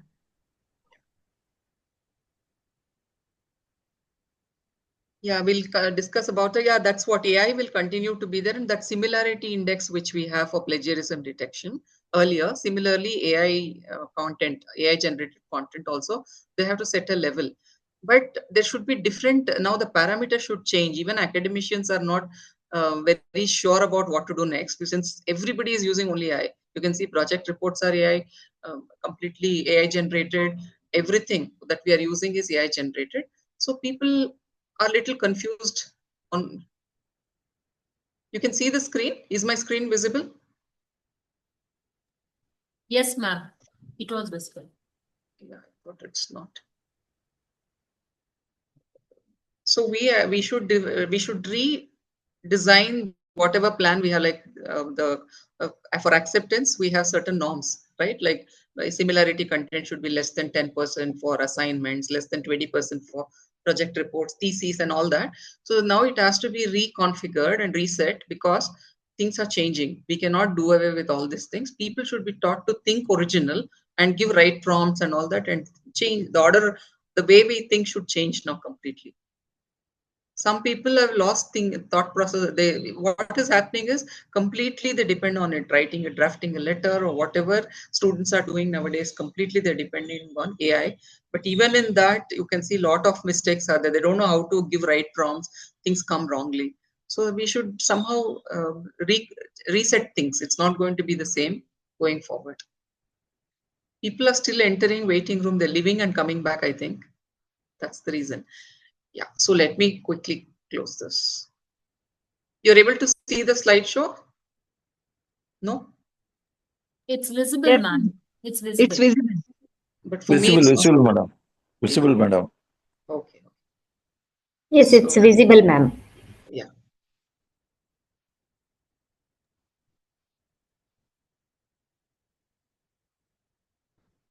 So AI, the main operations, HR functions for which AI tools are used is, one is recruitment and talent acquisition. In recruitment for resume screening, it's used, and we use chatbots, AI-powered chatbots, which will engage the candidates. It answers the queries that they ask and all that. Then even video interview analysis is done. Predictive hiring is also done. Examples would include HireView, Pymetrics, LinkedIn Talent Insights. These are all the examples for AI recruitment and talent tools that are used for recruitment and talent acquisition. The next one is for the other function for which it is used is AI in employee onboarding and training, like personalized onboarding. AI will create customized onboarding experiences based on role, department, and individual learning preferences, ensuring new hires are more productive and they pick up fastly. They adapt to things fastly. Then adaptive learning platforms are there, AI-powered learning systems, which will adjust according to the content difficulty and pace everything based on it. Pace it up to the employee's speed. Then virtual mentors and assistants are there. So some impact would be companies using this kind of AI for training report 40% improvement in learning outcomes and 50% reduction in training costs. So AI in performance management, continuous performance tracking can be done using AI. Then bias can be reduced in evaluation. We have different types of biases, halo effect, on effect, which we are going to see later. I've taken only that example now. Then goal setting and alignment, feedback analysis, all this is done using AI.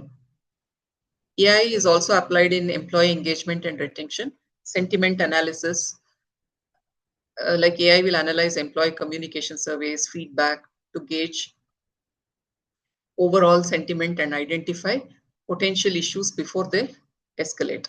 So even any grievances are there, any issues are there, so through sentiment analysis, what they're posting, through their messages, through the textual data that they exchange, AI will be able to understand what's going on in the mind of a person and try to fulfill if they have some, if there is a hidden grievance in them unexpressed, then that can be solved even before it surfaces, so that employee is happy in the workplace and their productivity will increase.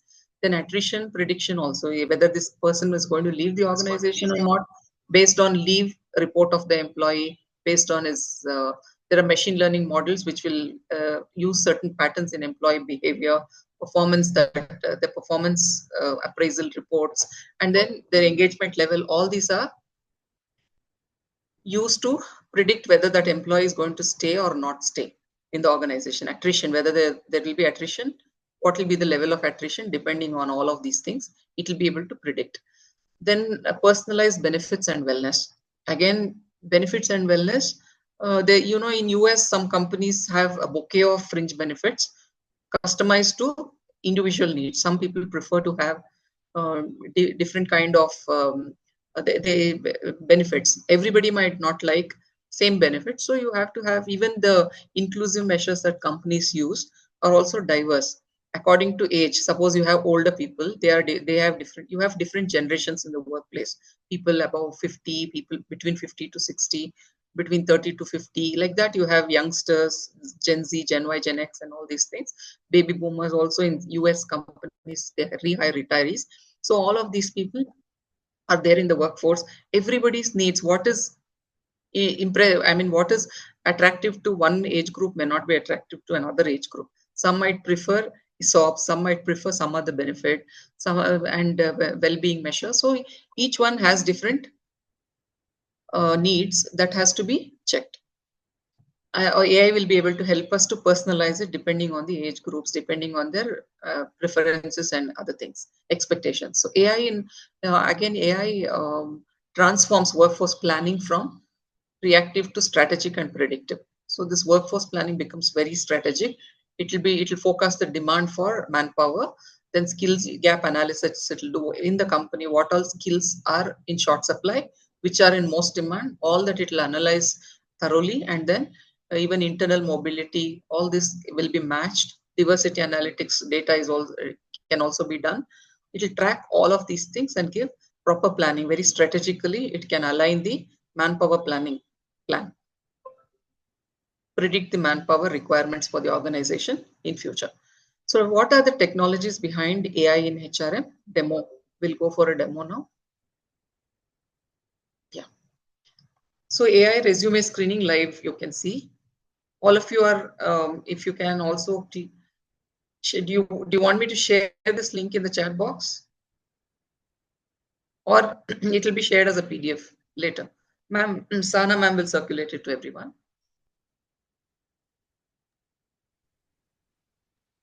Yes, ma'am. It will be nice. Yeah. So this is one technology behind, you can see, can you see the screen? I should stop sharing this, take to the link. This is one resume screening app.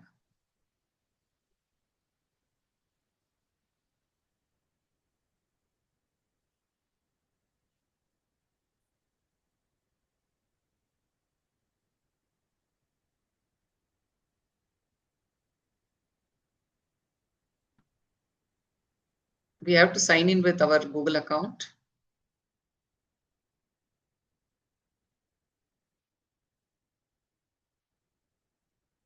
And then you can just track, upload one sample resume.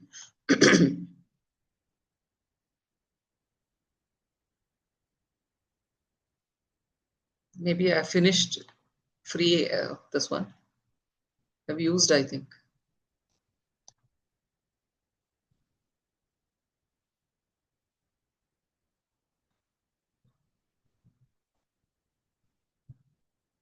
So I can upload resume here.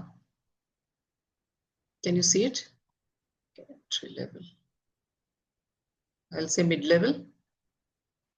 I'll upload one sample resume that I've downloaded from the website.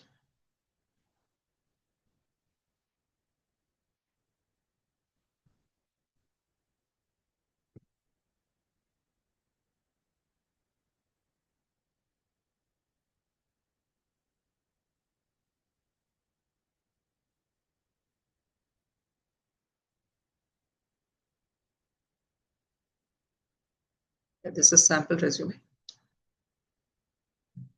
Now it will screen the resume and give feedback. It's very easy. Students can go check, even you can ask them to, it'll identify and rate the resume. It will give suggestions on areas for improvement. These are the areas that you have to improve and what can be done better. Everything it will tell. So the resume which was downloaded from the website, it is 43 out of 100. The scoring is 43 out of 100.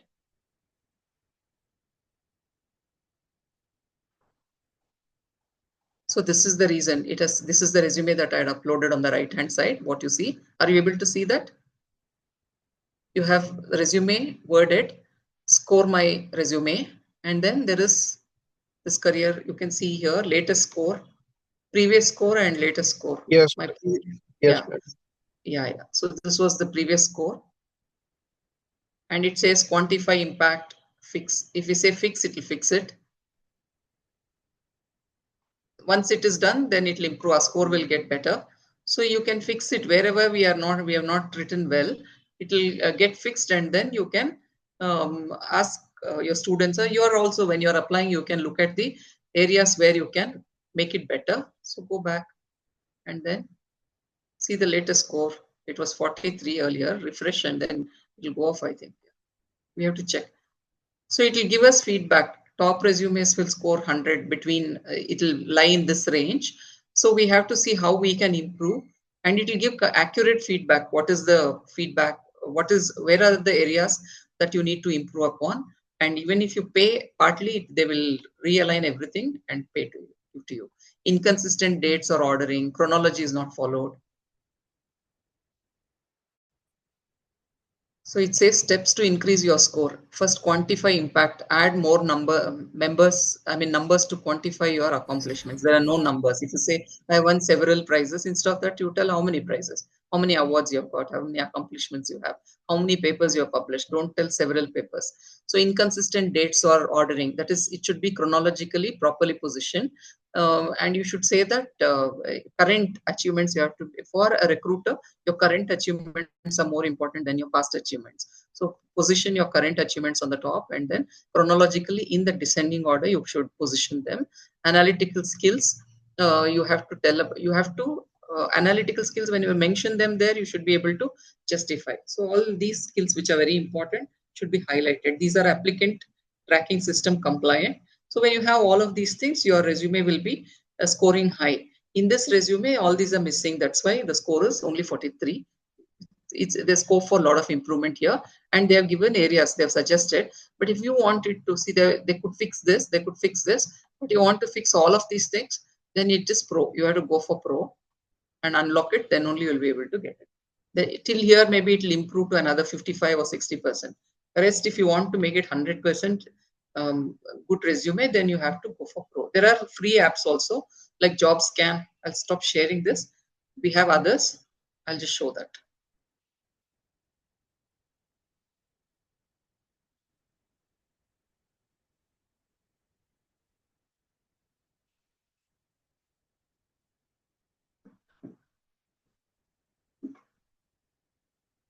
So this is one tool for resume screening. Similarly, we have other tools. Like you can even use this option B, which is Skillate resume parser demo tool. Then you have JobScan. JobScan is free. So here it is ATS demo. It will tell how you can make your resume ATS compliant. This also you can click and check. Option D, Archili resume parser demo. These use machine language for screening your resumes. And it is all as per the requirement of the industry. So these are all the tools that students or anyone can use, even the mid-career people in the mid age also who are trying for job change, for career advancement. You should know what that job requires. Look at the job description. In job description, they would have mentioned some skills. If you have those skills, to strengthen that and to show that you have those skills, you have to include those keywords there in your resume. So that's very important. Whatever job roles you're applying for, in the job description itself, everything will be there. According to that, if you don't have, you pick it up and say that you're working on it. If you already have, show that up more. Then this is TIDO HR chat. These are chatbots. You have HR chatbots, which are again used for interaction and demo. You can see many are there. This is one. TDO is one chatbot.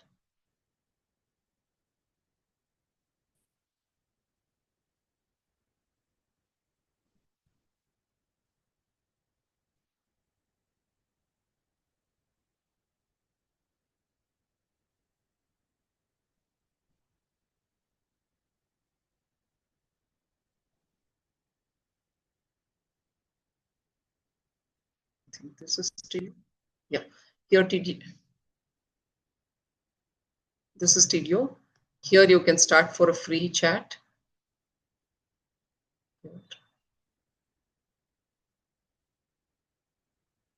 It'll ask me to sign everywhere. We should be very careful when we are sharing. We should check whether there are any issues with this particular app and we can give access or not.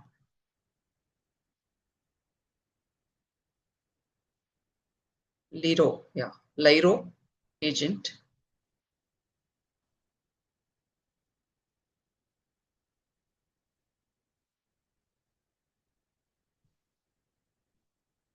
So this is an agent again, agentic AI. Start for free. So you can chat whatever here maybe.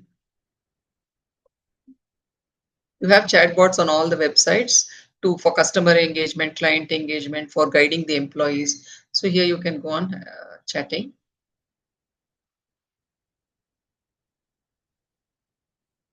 You can even get a demo. Can you see I'm chatting?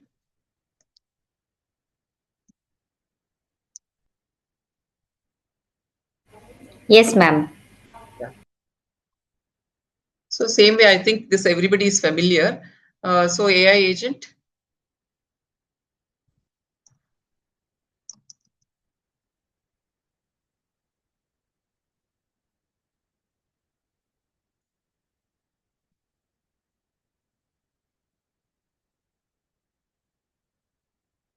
See everywhere it asks for the mail ID.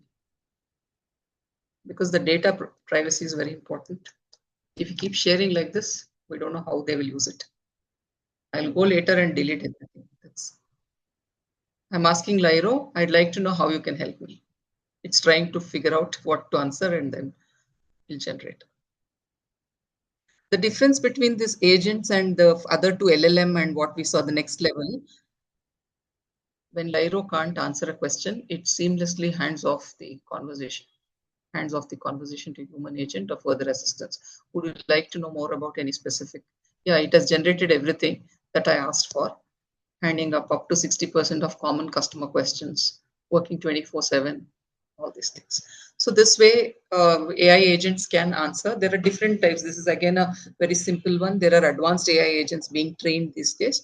They can understand many things and they can think fastly and generate. These kind of chatbots are they're in the preliminary stage still. They cannot think beyond what data is given to them. But now we have the third level agentic AI, what we are talking about. It can collect data from internet. It can gather information. Like if you ask ChatGPT, I would like to know when I should at the meeting. In the past, you would have told ChatGPT about it, then it will generate. But if you're not given access to, even if you give access to calendar, it will not search your personal details because they are not trained for that.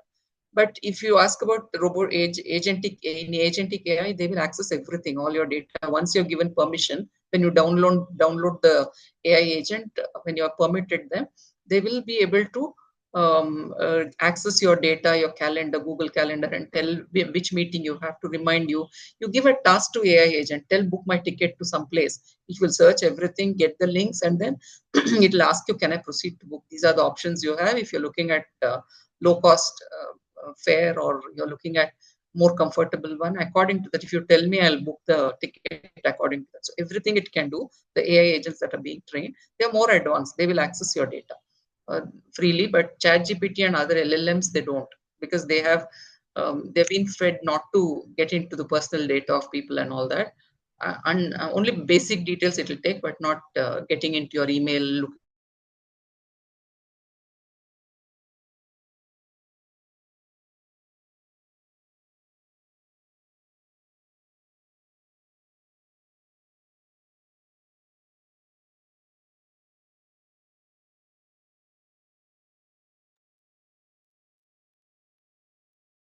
Hello, ma'am.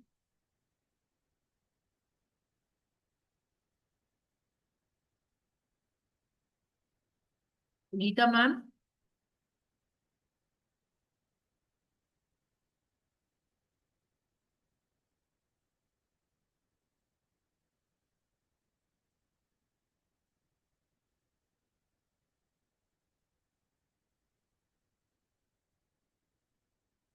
Geeta, ma'am, are you there, ma'am?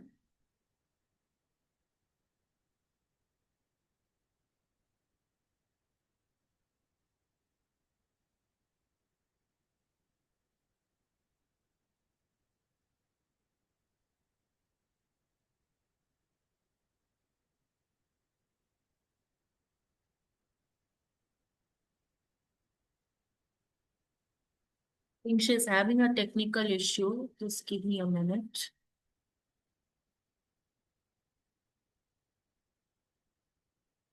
Geeta, ma'am.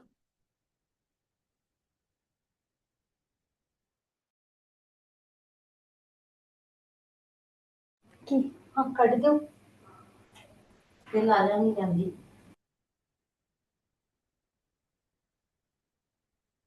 I think if I click the hyperlinks, it is getting disconnected. So I'll avoid that and we'll close this. Anyway, I'll share it with you. You can just have a look at it. Only Yes, one show which is very useful for teaching, that I will just show you, and then we will close. Yes. Technologies behind AI, these other things would include the sentiment analysis is also very useful. Then general AI HR tools. This is for qualitative analysis. When you have vast data that you have collected in textual form, you would have had one question, open-ended question for all your questionnaires in the end, no? For that, you can use these technologies.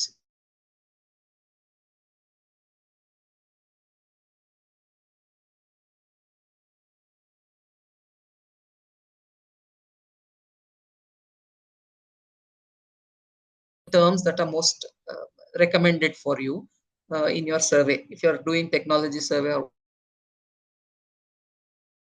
based on commonly prescribed solutions for a problem. So other general AI HR tools like AI recruiting video assessment demo, AI job description generator like Textio, Hire View, all these can be used. So benefits of having AI in HRM: efficiency gains. It will lead to cost reduction. Bias can be reduced. Then better decision making is possible. In enhanced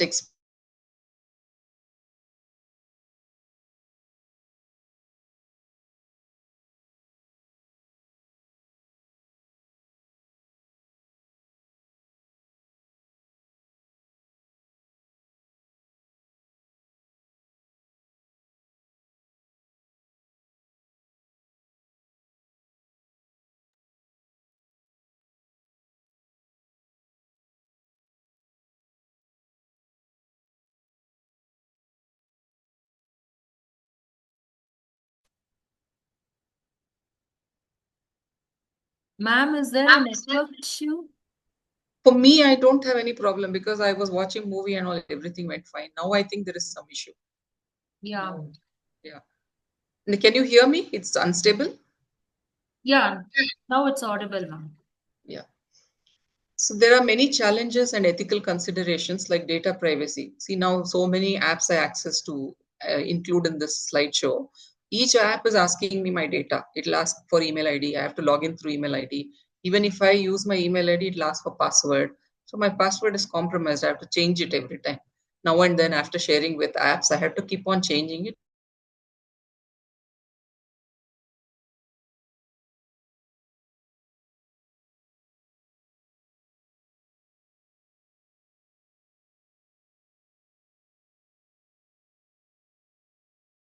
People will say, no, it's our proprietary machine, I mean, proprietary AI tool. We can't tell why, what is the logic that it uses to screen the resumes, to recruit people, to reject somebody. What is the logic? All that we need not tell you. It's our proprietary tool. People will tell. So there's no transparency. That is very important now. That is another challenge. Employee resistance. So employees are also resisting. They are worried about AI coming and taking away their jobs. So they are also resisting this AI. They're not using it. They're avoiding. So that is another challenge. Human touch balance. That human touch is missing completely. They're leaving it on machine, and machine is controlling everything. That should not be. The humans should also be trained, and they should be told about these challenges, and humans should see that there's no bias in the data that is fed. There is no there should be transparency. The logic should be explained to everyone. If I go and ask why loan, I applied for a loan on my salary or whatever, but why HR manager has not recommended my case, why another person's case is recommended, then they should be able to explain. HR manager should say why my loan application was rejected, why the other person's was accepted. What is more meritorious about the other applicant than mine? So that transparency should be there. All these are challenges currently.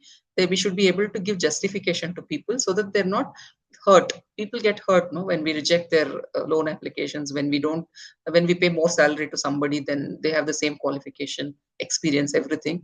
What are the compensable factors which made the other person to get higher pay than me? You should be able to justify. So if that, like how we prepare rubric for evaluation, we have a rubric, and when student come and ask why I've written very long answer, but the other student has written short answer, you're given more marks to her, for me less marks. Many students come and ask me. Even in Christ, they used to come and ask me when I was teaching. So I used to tell them with the rubric, see, this student has put in all the keywords that I wanted, but the other student has missed the keywords, which you have not included the keywords. Your answer is long, not the points that you have to tell me are very few, but the other student has more points, better keywords. So that student has fetched him or her better marks. So that same thing here also. We should be able to explain why AI has rejected or accepted. What is the logic behind it? Then future trends in AI, hyper-personalization. Going forward, everything will be personalized. Age, like when we say diversity is there in companies, and you have age diversity, you have generation diversity, you have diversity based on technical competence, you have multiple things, multiple diversities in the workplace. So capability, ability, skill based, this one. So everything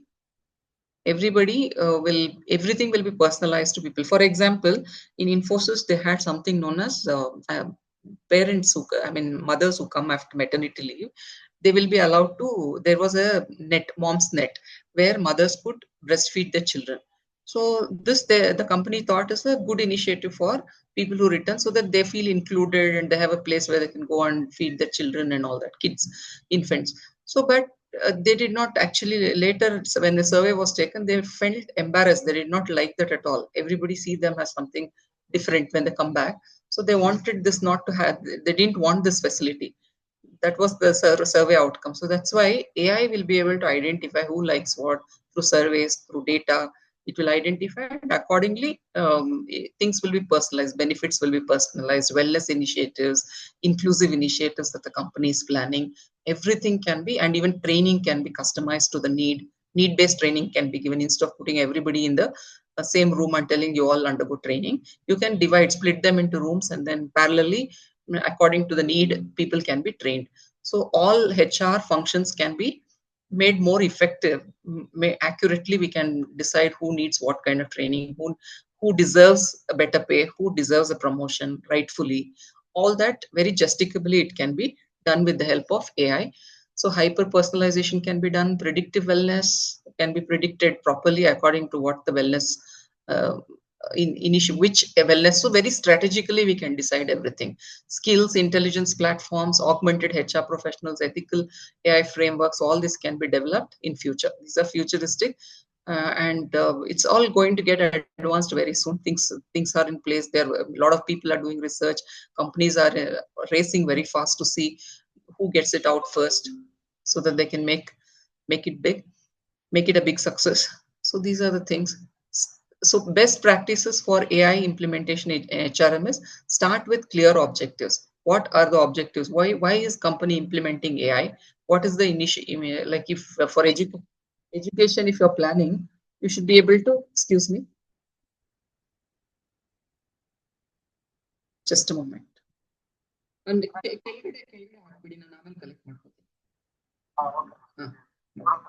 okay, okay. OTP now.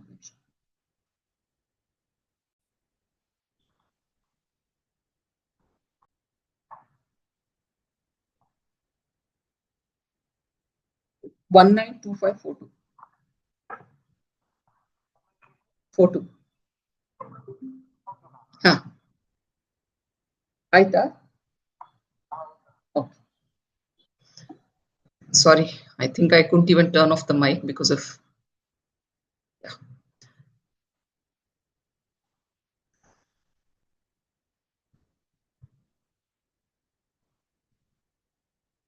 Are you able to see the screen?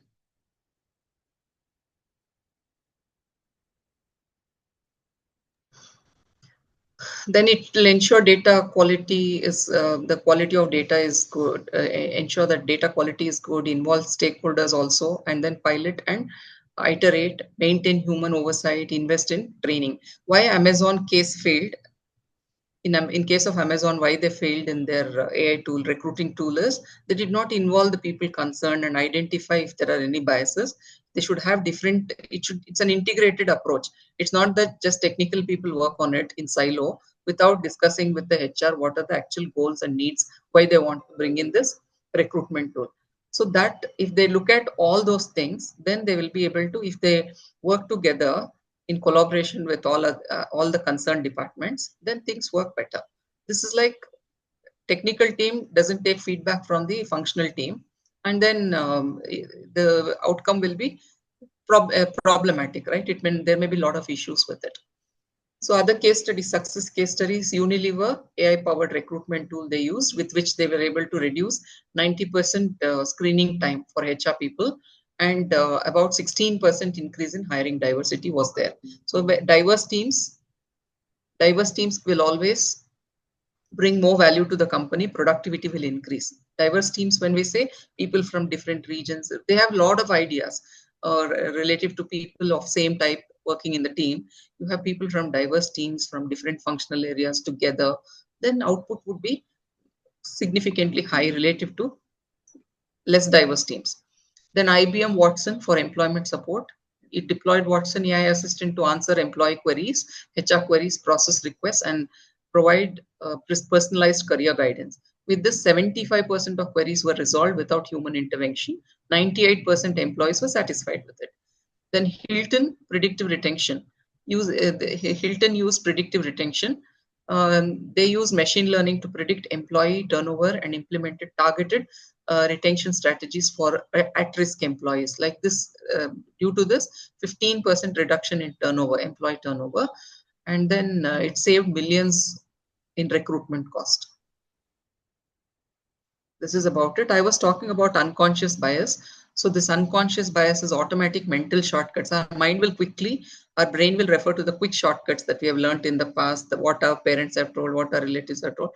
And from that, it will quickly come out with some stereotypical solutions to a question. So these shortcuts happen in milliseconds, very fast than we can think. And everyone has unconscious biases. Like Harvard, you should take Harvard implicit association test, IAT, implicit association test, which will confirm that there is no exception. Everybody, no one is immune to unconscious bias. All of us will have some, in some degree. Maybe some will have 10%, 20%, 30%, but it may vary, but everyone will have. There's not even a single person who has taken that implicit association test. Implicit association test is implicitly, means unconsciously, we will start associating girls to be, if you ask who will take care of elderly at home, who will take care of children, then immediately we will tell women. there is a box. You have to group people who will take care and all that. We will, among the available options, we'll put women only. So these are the kind of things where we start associating people with certain tasks, people with certain jobs. We say that women, for where strength is involved, men are only, we stereotype and say that this is male oriented jobs, like that. So this will confirm. If you go to Harvard website and check for implicit association test, it's a big one. You will have race based, gender based, all those things. So if you keep taking those tests, you will have a score to what extent you're unconscious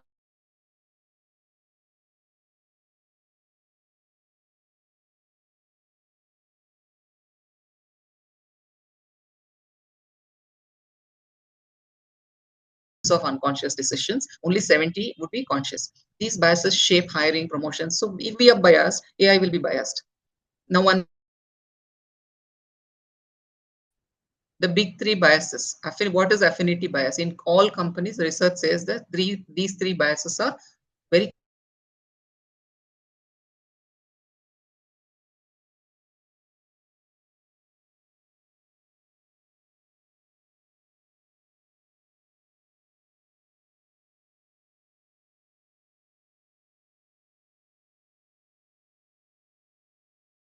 their alma mater, from the institution where they have studied. Marketing team will lead, they will assign, marketing team leads will assign best projects to people who share their hobbies, someone who is similar, who goes out for partying with them, hanging out with them, and all these, such people they would prefer. Engineering seniors, senior developers will mentor juniors who remind them of their younger selves. So they would prefer to choose only those people as their mentees.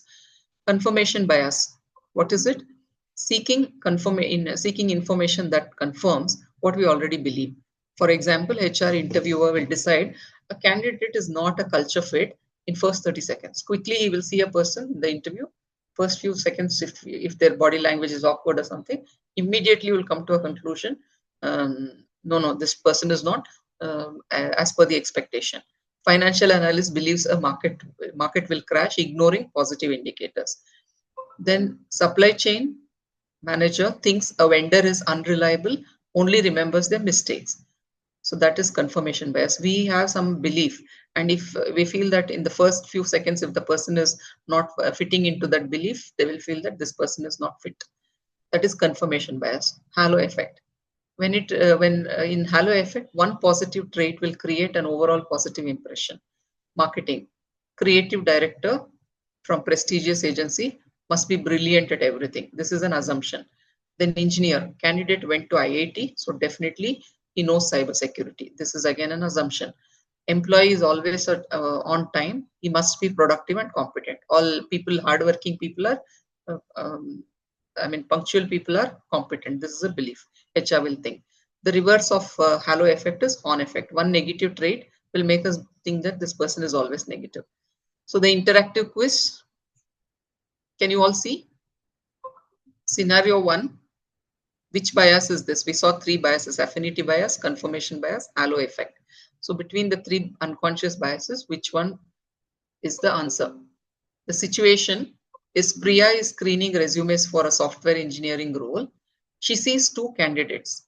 You can in chat box, you can key in. I'll check the answers. Candidate A is from Rahul. He graduated from IIT Bombay, 3 years experience. His GitHub record shows that he has moderate activity. Candidate B, Anjali, she graduated from a regional engineering college. She has 3 years experience. GitHub shows extensive projects and contributions. So between the two, normal people without unconscious bias, whom they would choose? They would choose Anjali. But this person, Priya, immediately moves Rahul to the interview pile and marks Anjali as maybe we may consider her, that's all, but not accepting.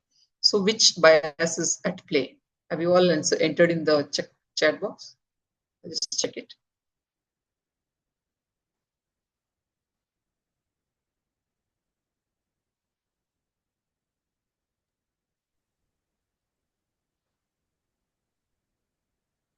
I can see some chat messages.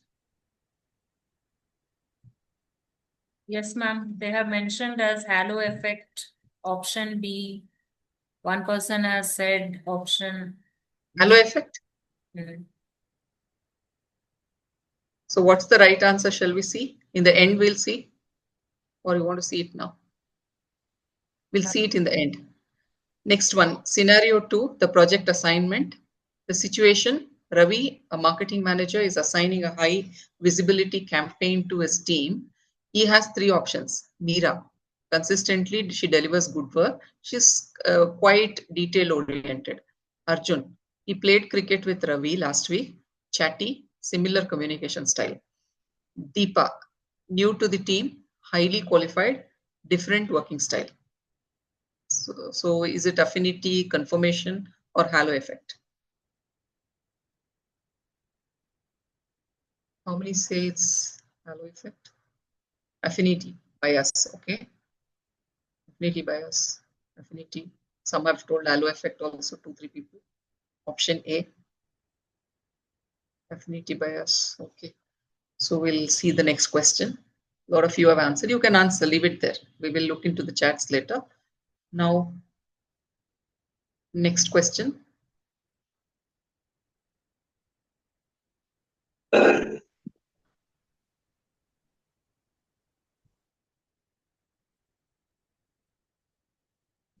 We'll take next question.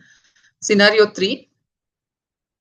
The situation is Sanjay is reviewing his team's quarterly performance.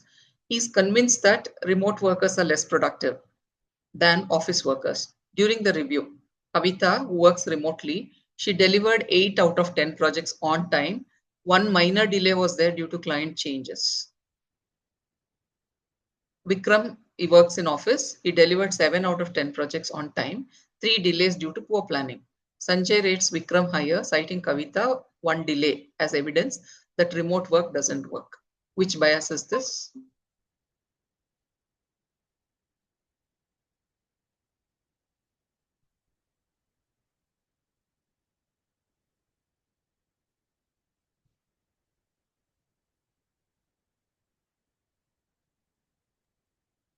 Confirmation bias, 2 people have told. Hello?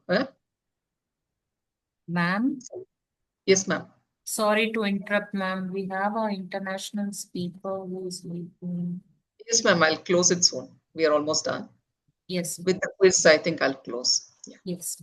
Yeah, most of you have answered halo effect, but in the first case, so I'll quickly wrap up in 5 minutes. It's because I am sticking to my time. Initially, when I was handed over the session, it was late. This is as per the session plan. Anyway, no problem. Yes, ma'am. Yes, ma'am. I understand. Our inaugural session took a little 10 minutes longer. I do understand. Correct, yeah. So first one, in scenario 1, the answer was halo effect. Many of you have given the right answer. Affinity bias in the second case, because first case, it was like because of IIT, he was selected, ignoring the other traits. Only one trait was looked into by the reviewer. Then in second case, it is affinity bias. In the last case, it is confirmation bias. So with this, we are closing, and bottom line, what it is, it says that if we do one mistake, see, one human bias becomes thousands of automated discriminatory decisions. So humans should stop being biased in the workplace and go by ethical means without being consciously. We should work without indulging in any bias. There are different types of unconscious biases which we indulge in. Even AI will show these unconscious biases. So one action for tomorrow, what you should be doing, companies should start auditing. They should see the data before it is fed into the system. There are bias testing tool links which are also shared. So as HR, there was very important tool which I wanted to share. Maybe first we have to focus on that. Now, since we're short of time, I'll share it with you. It's a tool where you all can quickly see if it's in history. I'll just show it to you. You can see how quickly it will generate everything. Yeah, this one. Can you see? Now I'll just show this tool and then close it. I'm sharing the screen and going to the tool. Workplace see, this is an important tool which you can see. Workplace, you can see this is called Notebook, Google Notebook LM. You can note this. And I just ask for create one new notebook. I'll go to this site. And then here you have all of these things. In the chat, you can just upload the document here. For your teaching, it's very, very useful. I just uploaded one document here, which is having 13 case studies. Then I asked this chat, in the chat I uploaded, and then I asked, I typed saying that, can you summarize all of this? 91-page book was summarized to 21 caselets with all case summary. And I had given, I want to know about the problem in the case, solutions in the case, and some prompts I had given. According to the prompts, it generated everything. And that was done. And then it can convert that into an audio. It can convert that into a video, which can use in class. It can convert that into mind map. So I have generated all of that. If you want, you can see here. Here's already I've generated a mind map and quiz, flashcards. I generated all these things for you. But anyway, time paucity will close it. So pandemic flashcards, see the answer. And then go to the next one, flashcard, see the answer. You can do this for your students. Any case study you want to deliver in the class, you can use this. It's very useful. Flashcards can be generated at the same time. Again, I want to go back to the studio. Then I want to look at the quiz that I've generated. This is case study quiz. Based on case study, I've generated some quiz here. Then answers are also there. I'll ask for the hint. Hint is also given, and later you can check the answers also if it is keyed in. So everything system will only generate. It's so easy for you to go to the class and do this. Then next, come back to studio, see the mind map that has been generated here. Ma'am, which website? I cannot able to see the tab of website because of. I've shared the link in the PPT, which I'll share to you. It's your notebook LM. It's Google Notebook LM, and this is the icon. Even on your in Google Play also, you can download this. It's very useful for teaching. I felt this is really a good one. You all can use it. Yes, thank you. An audio is generated, video is generated, entire thing is converted to a video. Flashcards are there, and then one more thing I want to show: mind map. Yeah, this is the mind map. So in mind map also, it will tell what are the factors. Again, you want to expand this, it will go on expanding. So when you're teaching students, just go to use this mind map to explain to them. It's very useful. You can ask them questions and map it as well. So this is about it. Ma'am is saying that somebody important is waiting. So let's, at least, can you all turn on the cameras quickly? We will click a picture together, ma'am, if it's okay with you.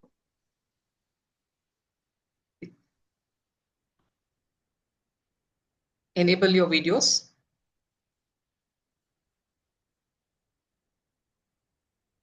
Ma'am, are you there, Sana ma'am? Yeah. Yes, ma'am, I'm there.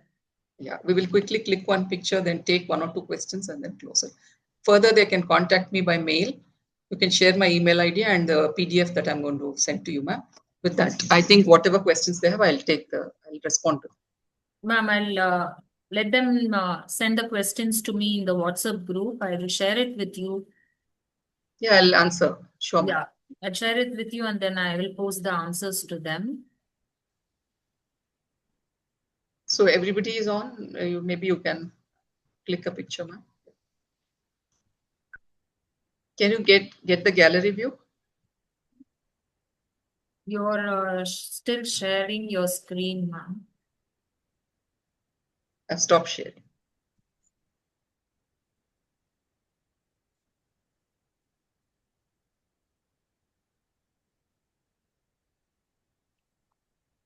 It is still recording. I'm not able to.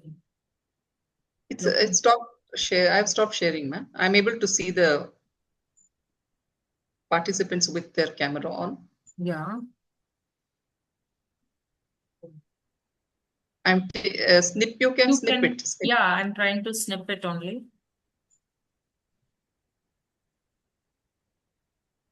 Okay.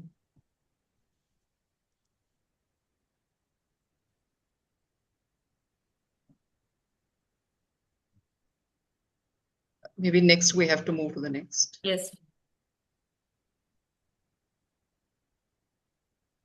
Miss Revati Pandian, Crispin, please enable your video. This is also like attendance. We know who all are here and who have left. This is ATAL FDP, no, attendance is mandatory. So please enable your videos as an evidence that you all are here till the end of the session. I will share it with you, ma'am. Yes, ma'am. Yeah. Thank you, ma'am. Yes, ma'am. Dr. Lakshmi Sunita. So any questions in the meantime, one or two? Ma'am, can I get the vote of time? Yes, ma'am.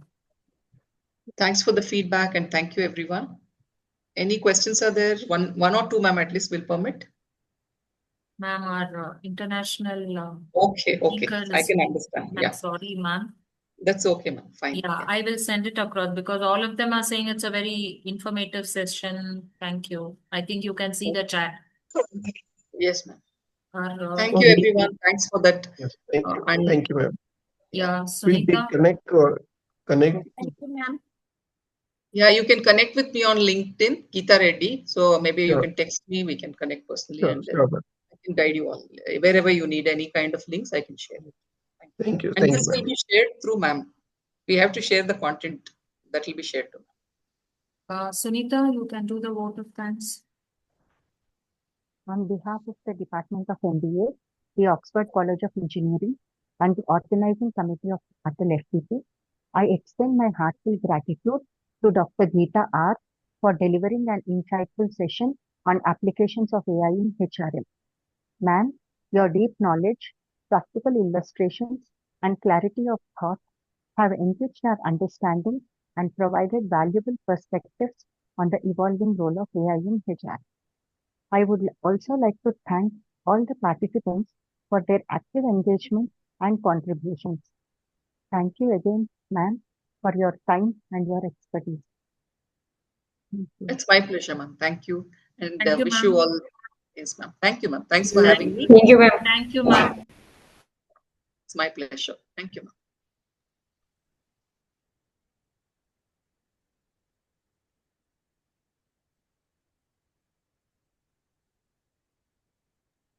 Thank you, madam.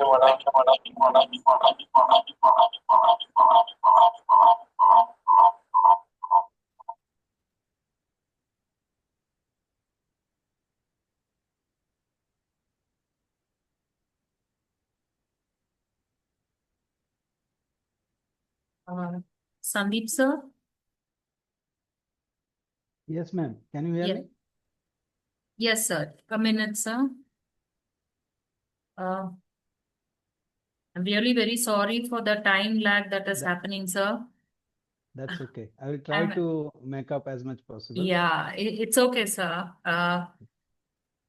Please allow me to introduce our second speaker of today's day one session, Dr. Sandeep Kumar Roy, a distinguished academician, researcher, and industry professional with extensive experience spanning academia, corporate leadership, and consultancy.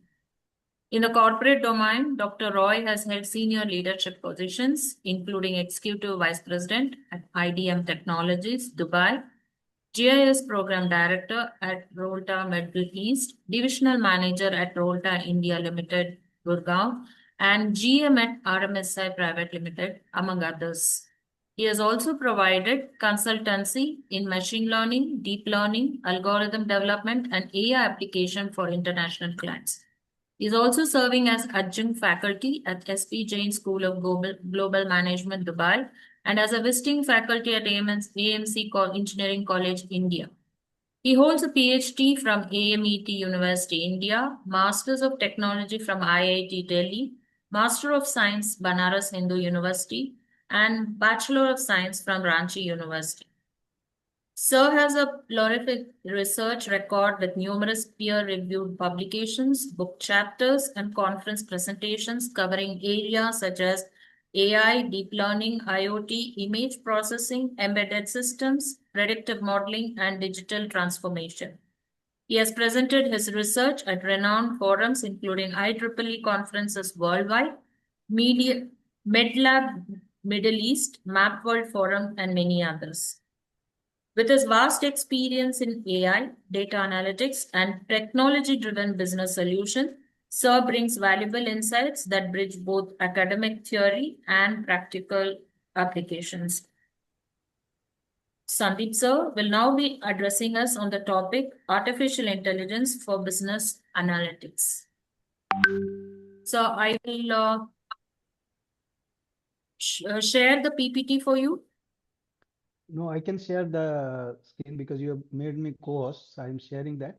Okay. Is that okay? Yes, sir. Okay. Can you see my screen? It's loading, sir. It's coming? Yeah, now it's there, visible. Good.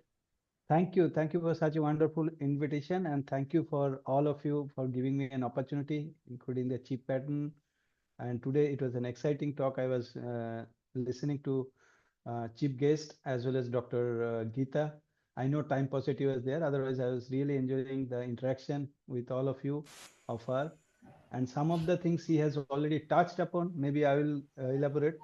So my session will be primarily more of a how, as a manager, when you are going for your management skills, as a manager, you understand and appreciate the key aspect of artificial intelligence for business analytics, because you have to know a little bit of basics and a little bit about artificial intelligence as well as BI, and then how you can use them in your day-to-day operations. That's what I will show. Okay, some of the case studies, how we do.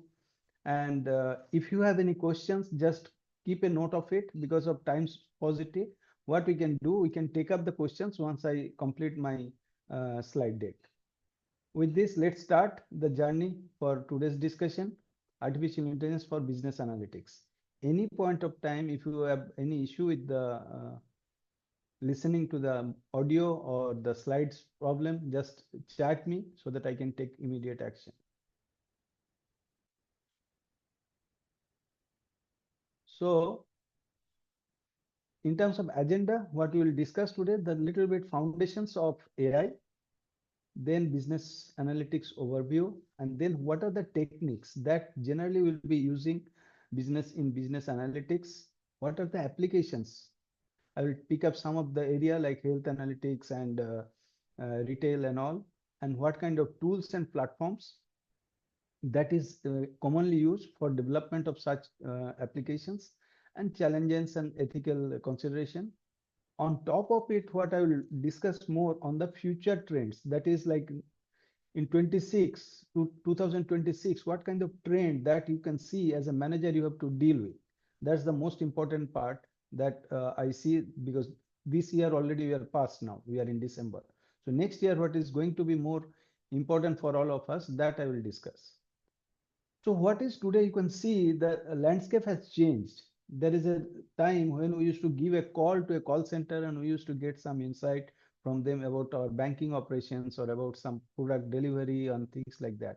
But today what you see is your mobile with a chatbot, it's giving you the answer. So this is where your big information that is getting generated is analyzed and then presented to you, what is called as a visualization in a simple mobile chatbot. That's what in the first thing one I can see. Then second, there are a lot of scams are happening around the world. A lot of people's losing their money, and also there are also a lot of time we need to have some kind of visualizations to see what way we can improve the security part of our financial dealing or our systems, things like that. So there also business analytics is playing a big role along with AI. Then we have the KYC. We all are using in India everywhere now, video KYC we call it. Using your mobile phone and your Aadhaar card, you can do the KYC. But there are other areas where this kind of image processing and visual detection is becoming very common. So that's the area where also we are putting a lot of effort in terms of data visualization, analytics, and all. So I'm showing you some of the area where it looks like what analytics is doing. but there are a lot of analytics behind the scene. I'll show you some of the case studies where you will see the thing, how it is working. Left side is any of these car making companies, they're using cobots, the robotic arm. And those are again driven by your visual analytics and AI, which is providing. And as simple as in the coastal area, prediction of your high tide, low tide, and all those things can be done using AI and analytics. So the whole landscape, earlier days of simple Excel sheet for analytics has changed. It has gone into all facets of our day-to-day life. So what is artificial intelligence? In a nutshell, we have to understand that very basic part of it. Why you want to use it, first of all, and why it is important for today. So if I go through, the very simple thing is that it's almost like in our human being, we have lot of sensors behind the skin of our skin. And these are nothing but called neurons. Same way in the computer world, we are developing what is called this perceptron, which have the basic element of sensing the thing. And that perceptron, in case of our software applications, whether you are using ChatGPT or any other LLM, what Dr. Geeta was showing you in her sessions, all of them coming down to basic like this, the neurons, the perceptrons are there, and which senses each element of your feature or element of your data and then do some kind of actions. So typically a perceptron in an artificial intelligence is having an input, a bias. You remember she was telling about the bias. That bias part is also very important. Then weight, and then the activation function, after which level you will react. If this beyond this it goes, then only you react. That's the activation, and then you give the output. So this is a typical nature of a single perceptron. Now in a typical AI implementation, we have multiple such neurons or such a perceptron combined together to form what we call a layer, and that layer traits. So now let's take the example of human face recognition. So we'll create lot of layers which will do this each feature of our face, it capture and then analyze and then compare with available information and training that it has gone through to give you the output. So it is as simple as that how artificial intelligence is working. The same is in case of fraud detection, in case of any other area. The fundamental is a perceptron, the multi-perceptron neural network. What we call, say, typically we call it a neural network that is used in artificial intelligence. Now you will say, what is the machine learning? So in case of machine learning, what is happening? A machine is like, if you say a robot or a simple any of this, like your washing machine. Each of them get trained by use. So the more you use it, it gets the data, and wherever there is an issue in terms of output, it gives that feedback to the system, it learns from there, and then it further executes. So next time when it does, it will not do that mistake. That's what is typically a machine learning. For manager level, this is why I have given these two simple definition, because in many places you will be learning this concept like AI, machine learning, we are interchangeably using, but there is a clear differentiation between these two. Here it's a simple process workflow, what Dr. Geeta was presenting, that workflow automation, if you see it. So there what we do, there is a feedback mechanism we put, what is called the learning, and that learning gives you the output in a more refined way. The more you use, the better is the learning. So typically, if you see, machine learning is divided into two broad segments. What we call is unsupervised learning. Another is the supervised learning. In case of supervised learning, we level the data. In case of data analytics, business analytics, we level the data. For example, I have shown it here, like I can say that this is apple, this is pear, this is mango, like this. I am giving the name of that data. But there are situations that image recognition example, what was not there is I cannot mark this feature, each one of them. This is Sandeep's eyebrow, this is XYZ's eyebrow, no. So there what we do, we unsupervise. That means we don't give any leveling of the data. So there it's a huge data set. When big data you are handling, there we use this. And using this, we try to extract the feature and then compare and train the system, which then detect an unknown element where maybe that feature is matching. So this is how we call it unsupervised and then the supervised. There are two typical differentiating element is one we are putting the level, another we are not having any level of the data. So these are the very basic thing that is required to be known as a manager for your AI and ML part or machine learning part. But why AI and ML becoming more relevant today? Why not 5 years back or 10 years back? I still remember when I was working in IIT, I used to develop face recognition for human using a CCTV camera. When I was doing that, the CCTV camera was very big, almost one feet long and quite heavy. It used to have some 2.5 kg. And it was imported from abroad. And I use the same for doing what today your iPhone or other smartphone does quickly, FaceTime and all. So same kind of information. So we used to capture the image, do a manipulation and detect an unknown image, compare and manipulate that. So that time to implement that, I had to write huge line of code in Photon and the bulk system. So it was next to impossible to carry them to ground and do the thing. And it was so costly.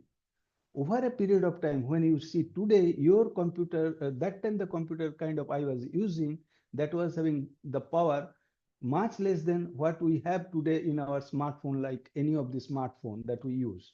So these smartphones have high computing power, more capacity to store, and overall the image capturing capability. The CCTV camera are highly sophisticated and miniature size. You can see like your thumbnail, the CCTV camera has become.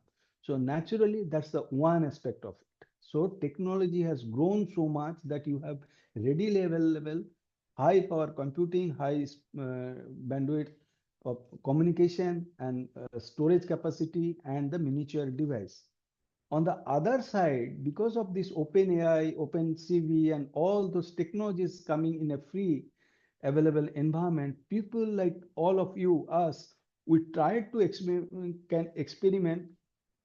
Today, if you want to do a simple image recognition thing, you just have to go to any Google Colab and just use your any of the LLM like Gemini and all, and you tell I want to do image recognition. Immediately, it will go and create the code for you. It will give you the call for the functions and all. So now it is becoming very easy for us like managers to use them instead of going deep into it, do the whole lot of line of code writing. That's easy. That's why it has become more relevant, because it's not that difficult to develop AI-based system. And once we have that, what AI is doing is basically mimicking the human brain. So as a manager, we know more cases, potential business use cases where we can use these concepts or these technologies, and that's where this is becoming more relevant. Today, if you see, you can use like what she was telling in our earlier session, then you can use this for mind map, you can use it for your training of your people, creating of your slides. So that's where the limit, there is no limit on number of use that you can do using this kind of technology. And that's why this has become very relevant for today. So what are the challenges that is there? The most important challenge is the data. If your data is wrong at one place, that it can multiple into 10,000 places. That's what is the major concern here. So your data through which you are training, because the machine learning use or AI use, they don't understand. They understand only the data. And if your data is not correct, if it is not ethically right, then it will not give a ethical correct decision. So that's the first part of it. That's the data. The next part is most important is the dependent on the algorithm. So the robustness of your algorithm. Hello, sir. Good evening, sir. Sorry Good to evening. interrupt you. Yes. Sir, the voice is very less, sir. Is there any way can we increase the volume? Are you not able to hear properly? It's audible, sir, but it's very Now? low volume, sir. Now, Compared to earlier, now it is okay. the previous session was very much audible. This was somewhat lesser voice. Now it is okay. No, Now sir, it is, same. It's just a second. Now it is coming okay. Now it is better. It's same, sir. Same. Just a second. Checking. Now it is okay. No, sir. Kindly open your Now loudspeaker. it is better. Only then we will be able to understand. And then it will be audible. Now it is okay. yeah, somewhat better, sir. Now it is better, or earlier one is better. It's looking same, sir. Yeah. Okay. Now. Better. Somewhat better, sir. Yeah. Now it is okay. No, Okay. sir. Again, So what it I was increased. yeah. Okay. So now what I was telling is that accuracy of the data is very important. Now, if you have the data, accurate data, now I think the voice is good, right? Hello. Sir, we will manage now. Okay. So what I was telling that accuracy of the data is very important for getting a good use of your AI concept. And second part is the dependency on the algorithm. So if your quality of your algorithm that you develop is good, then you get a better output. That's the use will be much better if you have a better algorithm. And as I said, the high computing capability, because today most of our implementation, as I will show you down the line, is that you need to use big data. And big data, as you know, it includes structured data as well as unstructured data. Structured data is basically like what you have MS SQL or in Oracle, any structured standard databases.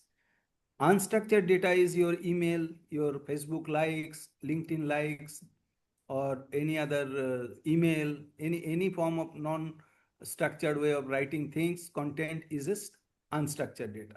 So today AI is dealing with both structured as well as unstructured data.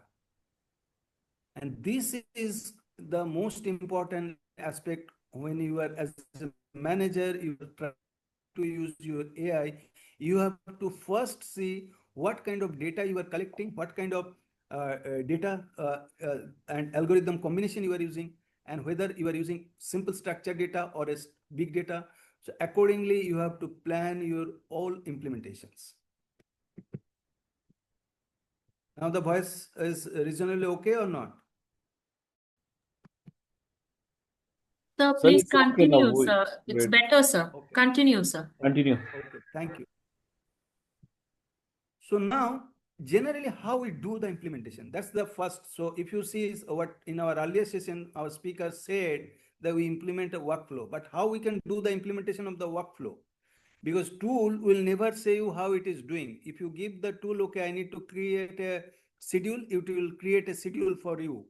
But what you need to know, because as a manager, if you don't understand how it works, you cannot get the right kind of output from your people or the team members. So the first and foremost thing that you have to understand that you need to know how it works. So typically, whenever we are going for an AI-based implementation, for any analytics, business analytics,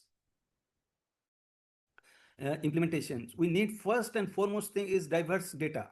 So today's data is not only your simple structured database or the flat files, what we call it like your Excel file or anything, but you can capture data from your CCTV camera, from your GPS sensor and other sensors like proximity sensors and any other sensor. So what you do, you capture all this data. In case of sensors, you are capturing 24/7, that data is captured. And once the data is captured, it is stored into what a place, we call it as a data lake. Now from the data lake, depending on your business analytics need, you need to first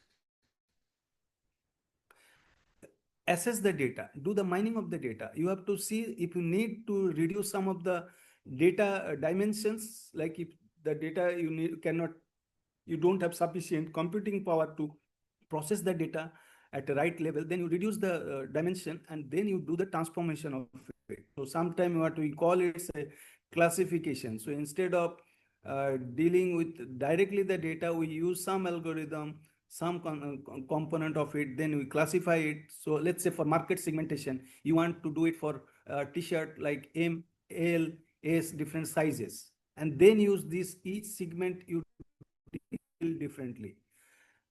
Based on your requirement, sometimes you have to do the feature extractions. Like in case of human face recognition, what we do, we use these features of our face and try to extract. Instead of processing the whole data of the face, we just process the feature and use that to compare and detect any unknown face. So this is the processing part of the data. So first is collect the data. Second, you process the data. Then third is use a predictive model. So you have to develop a predictive model, because today's situation is that AI is not only just to do the diagnostics, but it should be allowing you to predict. If you are detecting a fraud and you cannot predict based on that learning that what future kind of frauds you can expect, then there is no use. So in case of business analytics, our more important area is this prediction part of it. So we do some kind of model development where we call it a predictive model, and that model is again through some kind of parameter optimization. So what that means, so let's say for a financial fraud detection, you want to know what kind of fraud you want to deal with. It's a credit card fraud or a loan fraud, and then you will use the parameter accordingly. So that's where we use different type of algorithm, different type of parameters, and create our visualization. So now you are finally going to what we call it primarily the visualization part. So you can create a desktop app, you can create a mobile app, you can create a portal, whatever way. Today it can be consistent. If you go to any of the development portal, they provide you all the interfaces significantly easy way and consistent way, and you can use that to show the data output. So in case of fraud detection, you can show that, okay, this is the likelihood of credit card fraud in this segment, something like that. Then at the enterprise scale, you can publish it, so it can be seen by the enterprise wide anywhere. Like say, if you are talking about a big organization, so anybody in that organization who have the right access, they can see it. In some cases, like in cases like Tesla car or the drones, what we do, we use this analytics and embed it into the device or the hardware. So in that case, you can see the analytics while you are running. So for example, let's say Ola driver, he can see on his mobile the route that he is traveling and the order he is delivering. It's a simple example I am giving. In case of Tesla car, it gives so many information. So this is where we have now business analytics is further get embedded into the device. So this is a very beautiful part of this whole scheme. If you see business analytics AI, so we are starting with divergent data, then we are manipulating the data, then we are extracting the data, creating a model, and based on that model, we are giving a prediction, and that prediction is then shown across different platform, different way. So this is how the whole workflow works. Once you use that, then we go to techniques per se. What kind of techniques that is currently now most relevant for all of us is, number one is definitely deep learning, wherein we use AI in a much bigger scale with multiple layers and which interact each other to give you output. Then we are using a lot of logical reasoning into it. What in our earlier session, ma'am said that cognition part of it. So in AI, we are using this cognition, what is called the reasoning part of it, which mimics human brains.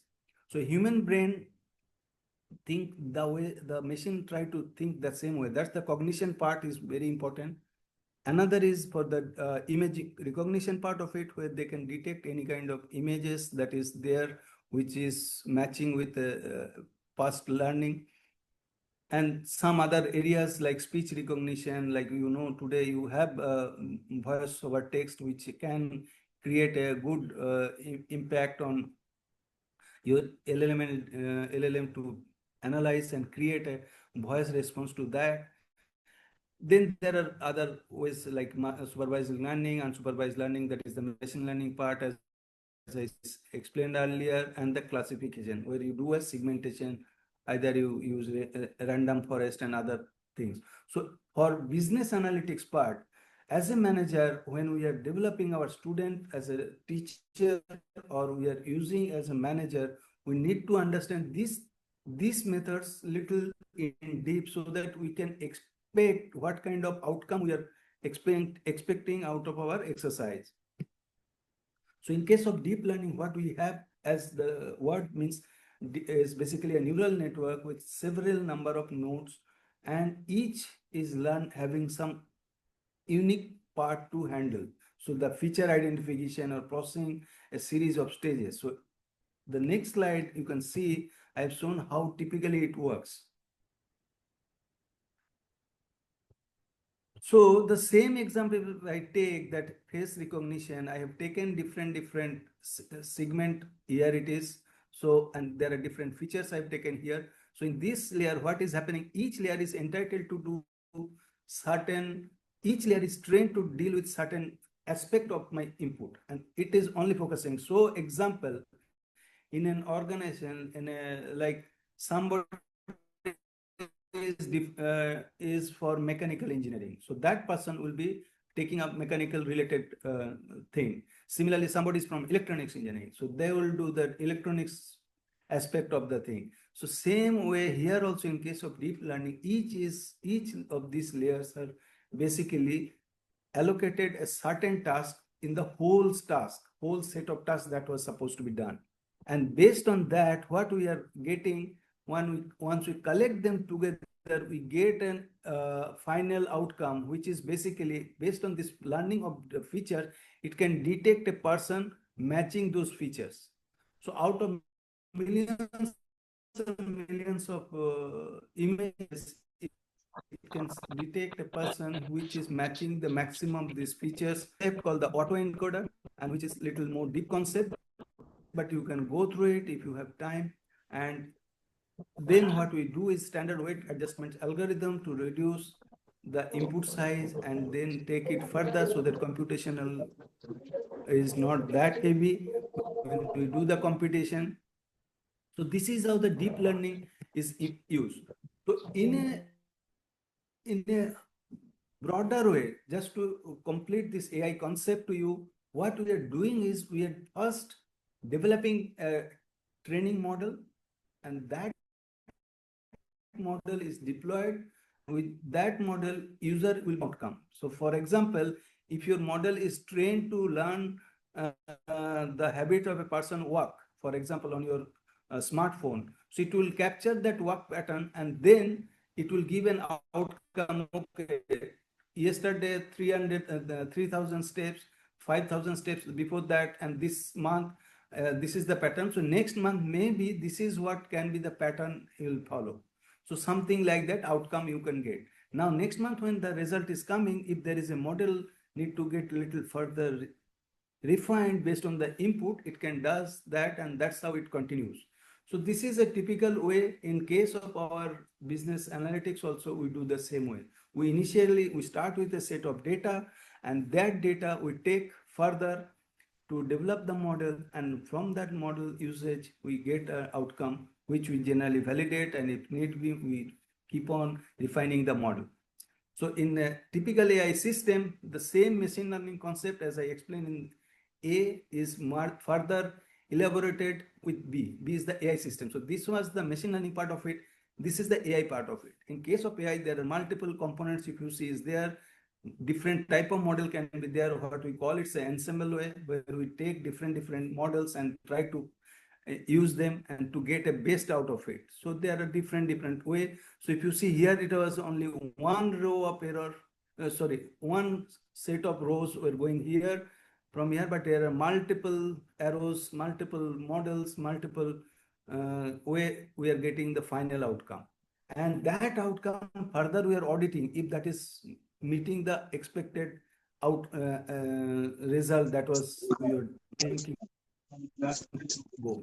So typically the process starts in case of AI implementation for business analytics is you first start with the initial, as Stephen Covey says, start with the begin with the end in mind. So first you understand what is the problem definition that you need to handle. So first you go and check that problem statement, create the problem statement which need to be implemented to get. So it can be anything, like you want to know the error in your credit card fraud pattern.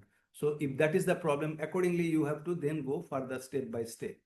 Now the next point can be data collection. So once the problem statement is finalized, then you go to the data collection part where you would like to see how the data is getting collected, what are the data need to be there, what all data types need to be handled, whether it's a structured data, unstructured data, so many things that you have to handle there.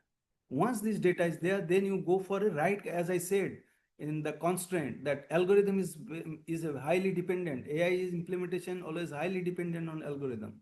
So you need to create a model and algorithm selection at this point very carefully.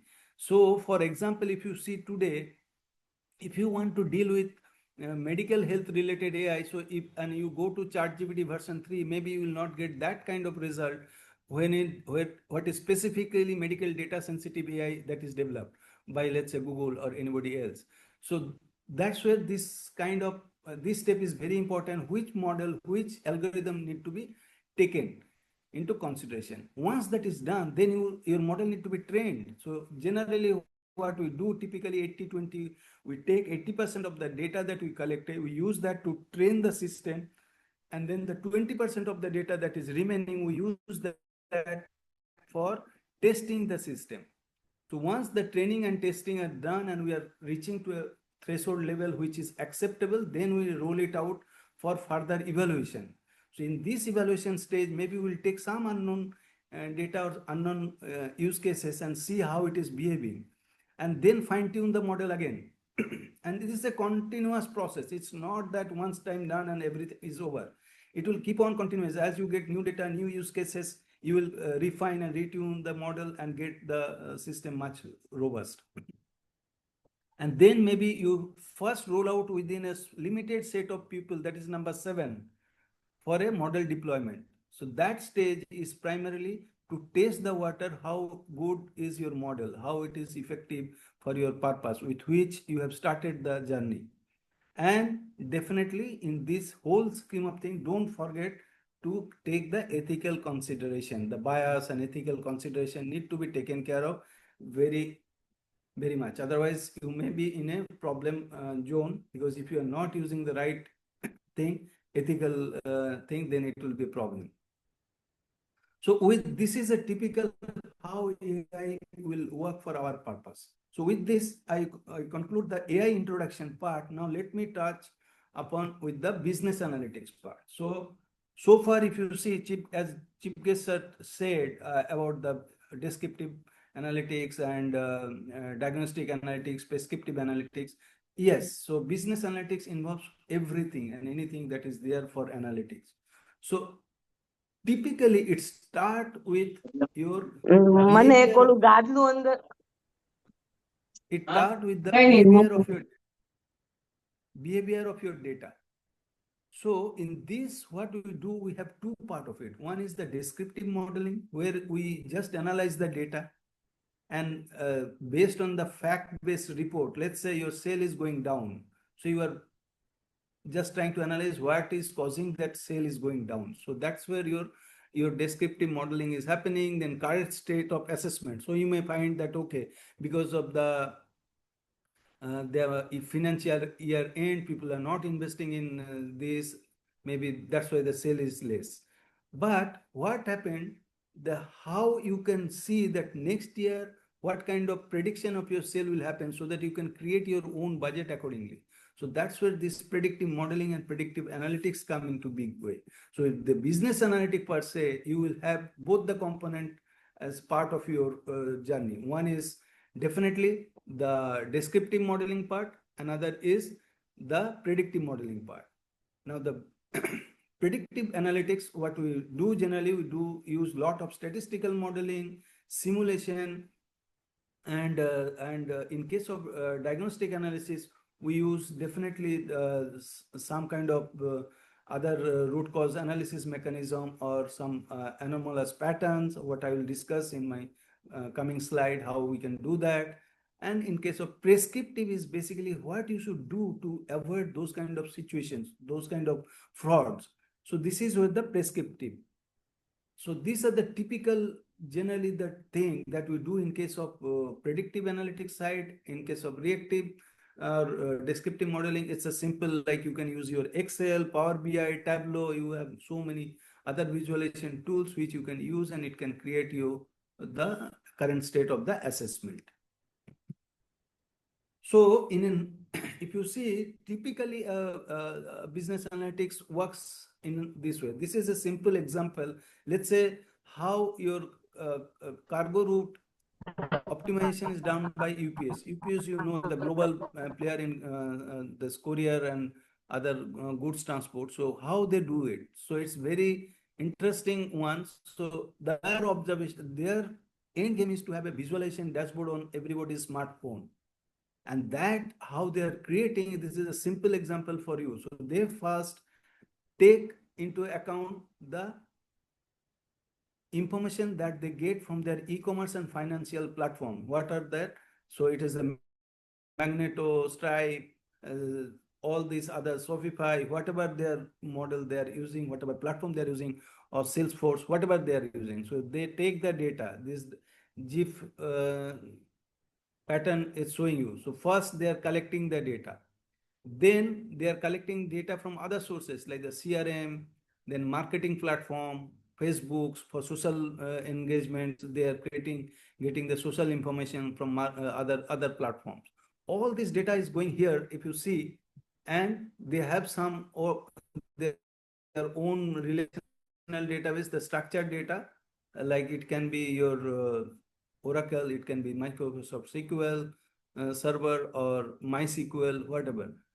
And using that, they are first doing the segmentation, the center circle. This is the this one is the basically this one is the place where they're first doing the segmentation. What they have to do before they go for better visualization, they just try to segment it, make the data more meaningful, and then they're going for the data warehouse where they are using to see what kind of data they want to go for visualization. And the last thing they are doing is primarily doing the dashboard. That is your mobile is showing whatever in the app, or your portal is showing on the portal, or you are showing in the in your desktop or laptop. So this is how a typical implementation of real-time dashboard, which is a business analytics for enabling predictive and prescriptive analytics for UPS, how they route visualization they do. This is the internal working of it, dashboards and all. You can go through the case studies. It is there, and you can use that and see how they are doing the dashboard. But here, fundamentally, I want to show you, this is a typical implementation of a business analytics from divergent set of data. So once you that you have to do in case of business analytics, this graph shows you the complexity, how it increases, and what value addition you are doing when you are using them. So first is the descriptive, where you are just using the data to analyze the data and see what kind of outcome you are expecting from that data, or learn about the data, know about the data. Once the data is known, then you try to see why did happen. As I said, if you want to know the sales drop, why it is happening, so what you do, you have to do a diagnostic. So that's where you do a lot of root cause analysis and other algorithm to learn why it is going deep in sales. Then based on these two, you go for further what will happen. So today, okay, it is going slow, the sale. Will that sale will further deep, or sale will go further up? Analytics will play a big role. And if suppose you predicted, okay, sale will go up, but it do not happen, then what else? So that is the prescriptive part where you will say, okay, most likely you have to take 3 more actions through which you can improve your predictability, improve your performance of sale. So that's how if you see the complexity is increasing this side and value is going this side. The more complexity increases, you add more value to the overall implementation.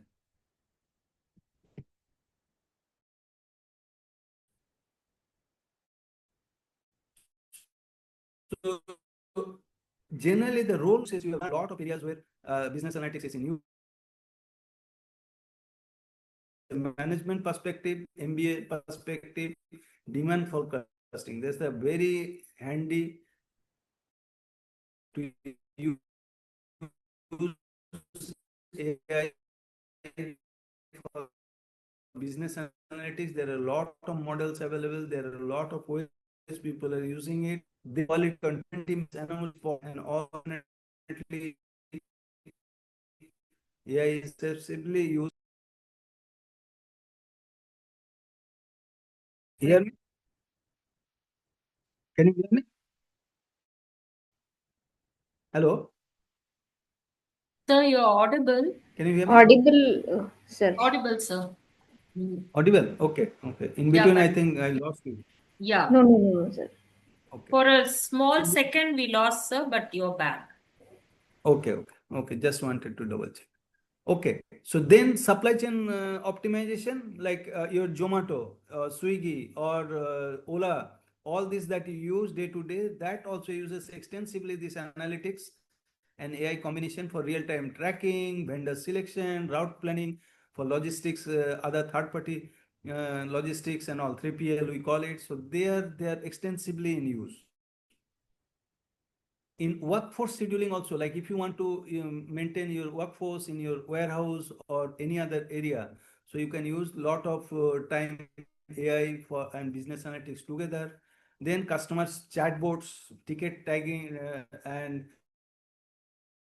sentiment analysis, all these things are extensively used. So these are some of the area I will touch upon, some of the show you how that is working in real world.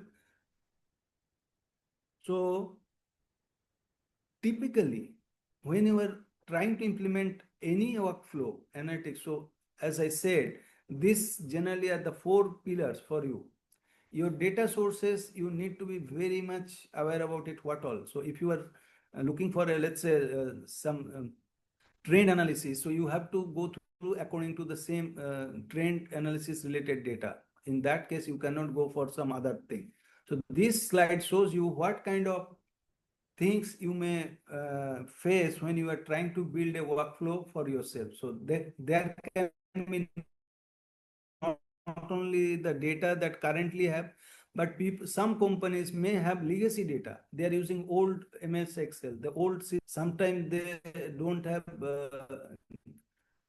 compatible connecting platform which can connect with the old system. So you have to collect the legacy data. You can have software as a service, cloud services platform. Today with agentic AI, you are using lot of apps which can be consumed to provide you the insight. Then other applications, web services and files. So all these things together can get you basically the steps that you have to do. And as I said, you generally prefer to put them into a data lake for your all data to be at one place, and then use your own model and data mining concepts, so that you take those data and create them for your use in your day-to-day needs. So the way generally we do this is the visualization of the data, where this is the place where your business analytics is basically coming on your mobile or your app, on your laptop or your desktop or your portal. But the value add is that the data that you already create in the whole business analytics process, that data further you can share.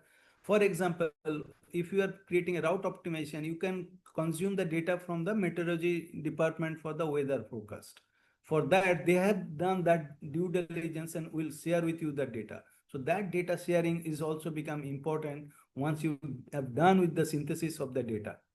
And depending on your need, you can add them. And sometimes people are putting these models that they develop in AI stores, and you can consume, like in your Play Store, you take apps. Similarly, AI store, you can go and collect the right kind of AI and use them for your own purpose. So typically, this is how AI-driven business analytics is working today.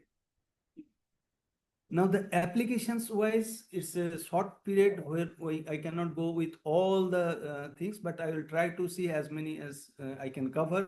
So generally, there are many areas, but I have taken healthcare, finance, retail, marketing, and supply chain. So let's start with healthcare. This is a paper I have already given the link. This is IEEE published paper, wherein what we have done, the data that we got, this is the pattern of data from the sensors that we have got. We have used a sensor, and through which we have got, this is the data.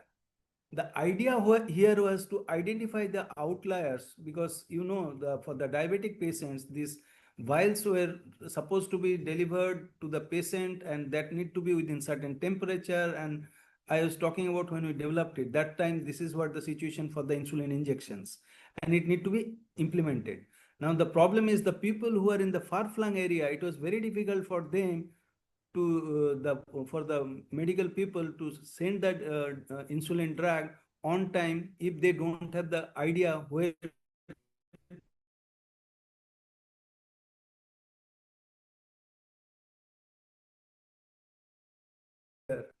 and which is got an efficiency of 94% accuracy, 94% accuracy in terms of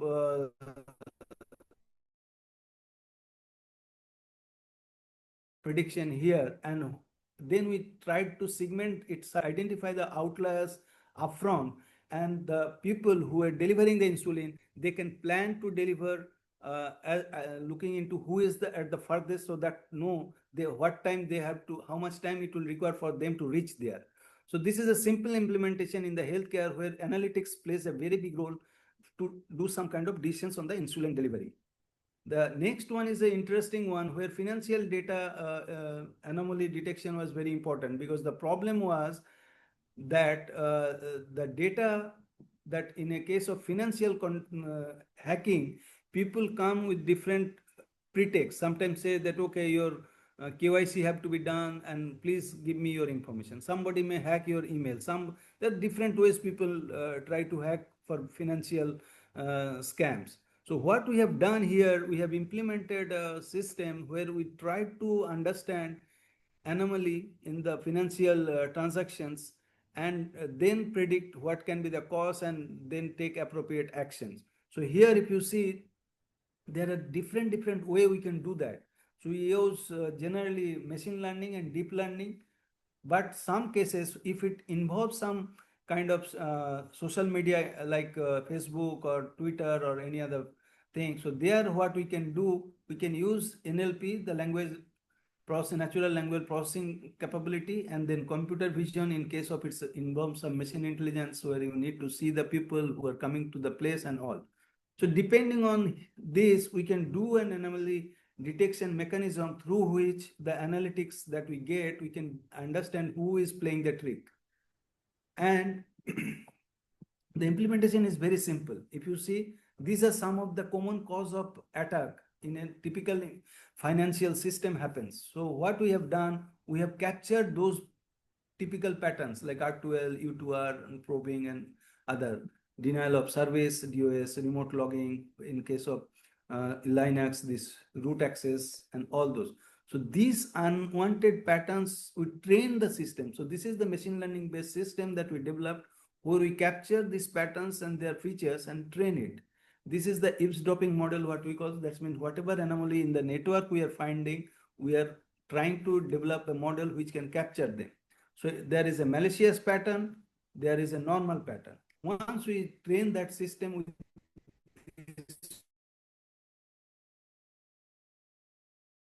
system then can detect whether it's a hack previous person who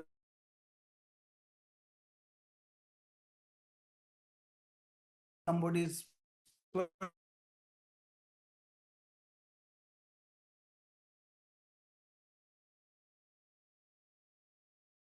send an alert to the administrators. Motion here, there is an anomalous situation because of which you need to prevent this guy to entering into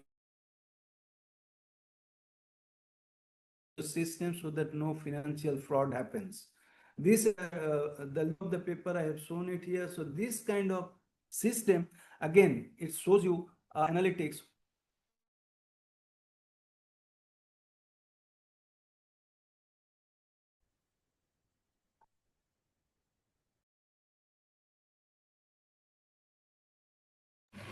Sir, your voice is lost. Sandeep sir?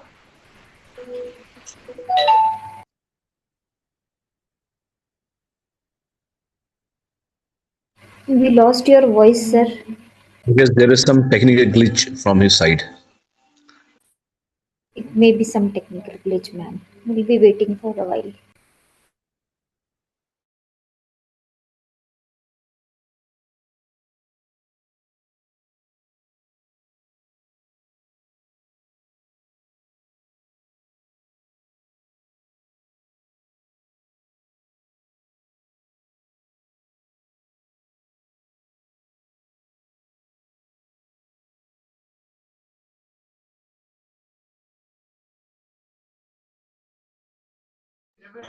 Oh, we lost his connection, I guess.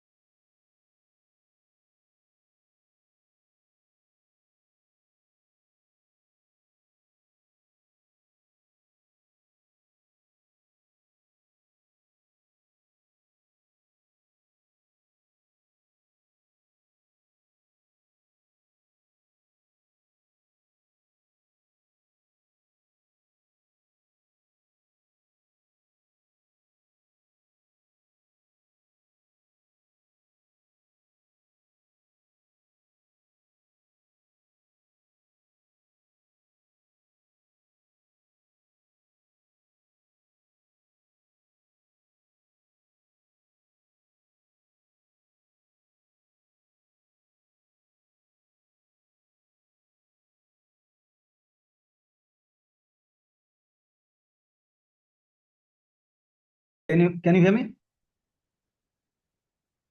Yes, sir, you're audible, sir. Yeah, just allow me to share my screen. Yeah, I've given access. Okay, thank you. I don't know why it has thrown me out. Now you can see.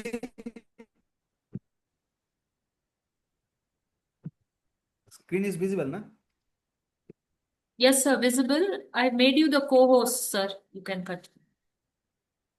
Yeah, so now it is visible, I believe. Okay. Okay, so next is in retail, lot of time you see in the market, if you go in the mall, you will see buy one, get one, or buy one, get two. So all these things, who is deciding? How it is decided? Whether get sometimes you see 30% off, 20% off. So today it's not human being who is doing this. So the behind the scene, there are a lot of like Shopify and other platforms are there where AI is integrated for this demand forecasting. So generally they create a model which then create a forecast for you, what kind of demand you can expect. And based on that, you place your product in the racks or in the market. And when we implement this business analytics purpose, what we do, we use an ensemble model in where we are taking different type of implementation of AI and use them to make use of each one's capability better and get a better outcome in terms of our prediction, in terms of our demand forecasting. So for example, we can use stacking, boosting, and bragging. If you are interested, you can go through these concepts and you can see how we can use it. So it is basically in case of very loosely, if I can say, let's say you are using three type of algorithm on the same set of data, and three algorithm will give you three type of output. So you can take average of them. That is something is called the stacking part of it. So anyway, you will boost. So maybe you will take the data first and use some algorithm, see what are the feedback you are getting, and based on that feedback, you correct the data, and then another algorithm to test it. And this is a cascade way where you are trying to boost it. And then we can use bragging where we can combine them and then take a final outcome. So this is where the AI and BA, business analytics is coming in a big way. I have simplistically shown you this data, how it can be this slide, but you can go through detail in this article. It is there in Science Direct. So what is happening? You have the data, you are first segmenting the data so that your complexity is reduced, and based on that, you try to find some patterns and try to use multiple approaches and then combine them together to give a better forecasting. So AG, the AdaBoost algorithm that I was telling you, in case of insulin driver, I have used one algorithm there, but if I use, let's say, random forest and SDBoost and others, so I can combine them to get a much more better forecasting. So this is in case of retail extensively we are using. Typical tools apart from that that are used in case of BI that you should be definitely aware of it is definitely TensorFlow, PyTorch, and scikit-learn.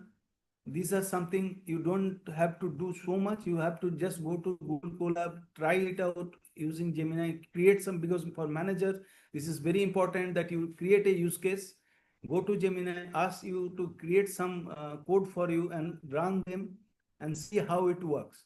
So that's how you learn by yourself, so that you appreciate the kind of capability of these tools and technologies are there with you. In case of visualization, you can use Power BI, you can use AI, integrated Power BI or Tableau or Azure AI. And platform-wise, like AWS, Azure, Google Cloud AI, these are something you can get more AI stuff from there. So this is the tools and platform that generally from the development perspective, you need to focus more, that how you can use them. So now, as in the morning, in the earlier sessions also, the consideration was come, and one of the person asked the question how we can circumvent considerations like plagiarism and all. So yes, this is one of the biggest area of concern when you are using any AI for your analysis. Your data privacy, security, bias, and interoperability and regulatory compliance need to be ensured. Otherwise, you will be more in trouble using your analytics without a right ethical consideration. So these are some of the challenges that we definitely face in this. So now let's see what it looks like 2026. What are the things that we expect in 2026 to happen?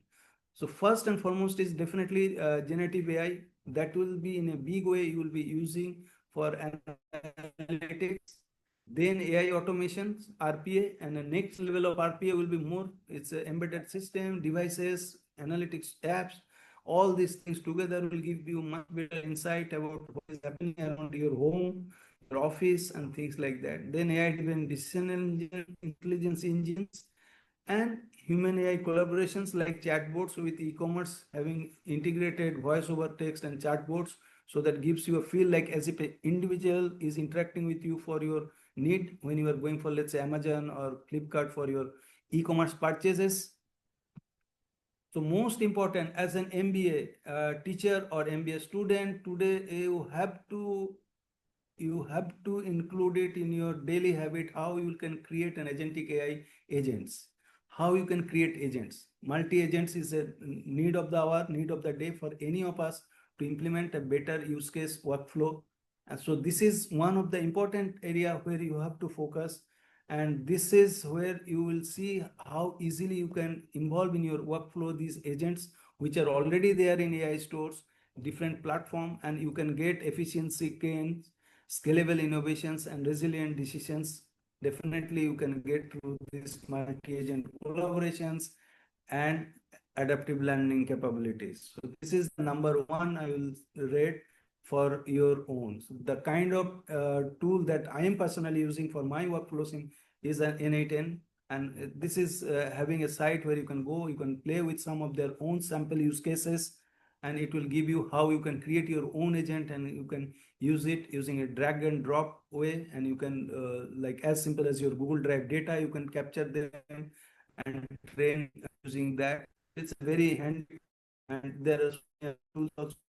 So this number one, I'll say that is important. Second, AI transformation combination. This is the machine intelligence and edge analytics.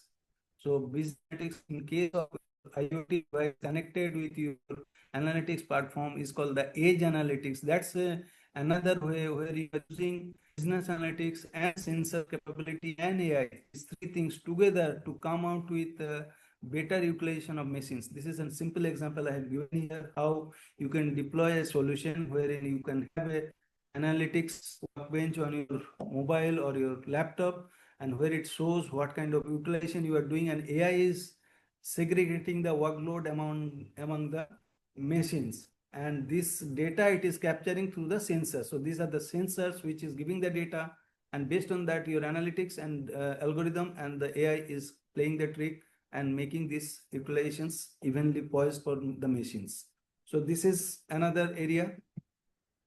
Third is, as I say, AI-driven decision intelligence, wherein the production floor, earlier we used to have people who used to do this. Instead of that, today what we call it's a digital twin technology, through which what we do, we generally simulate the thing in a digital world. And once the simulation is done, based on that, we implement into the real world, and using optimized processes are implemented. So this the whole thing, if you see, simple warehouse, if I take an example, so we have a cobot assembly, and that assembly is again monitored using some digital twin technology, and then 3D vision is doing the physical evaluation, and based on the AI capability, we can optimize the process. So this reduces the risk of accident, prevention of the faulty or bad quality outcome, things like that, and save a lot of time in changing the process flow, because you are doing first the process flow in the digital world using analytics capability, and then you are going to the physical world. So this is how typically we use this AI-driven intelligence for better than manual checks and stopping production.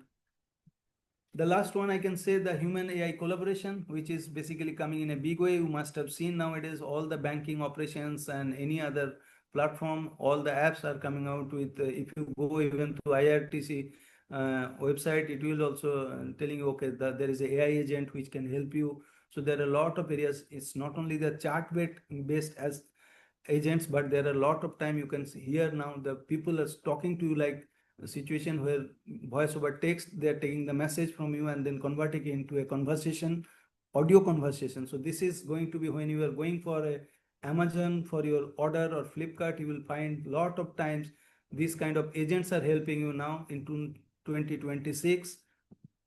So with this, I know it's quite late in the night, but because we started little late, I took a little more time. So to summarize, is basically I explained the foundations of AI, the business analytics, then how these techniques can be used, combination of business analytics and AI, demonstrated you some of the application across industries, mentioned about the tools and platforms, and elaborated the challenges for ethical considerations and the future trend. With this, I leave open for you to ask questions. I can take as many questions as you want me to take, and please go ahead. And this is brief about me, while I just answer you the question answer, probably just for your information, I have put it here. Sandeep sir, Yes. there is a participant who has personally mailed me asking which tool you have used for your presentation, because all the workflows have been in a very live mode and it is very impressive presentation. So how did you go about with those? The creation of that workflows is what the participant has asked me first. Very good question. So yeah, very good question. So see, first of all, I've not used any AI to do that. What generally is that typically you have a lot of GIF creator tools are there. You can use any one of them.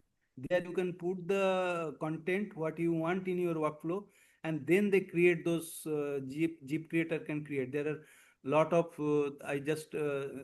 you just can go and Google any GIF creator.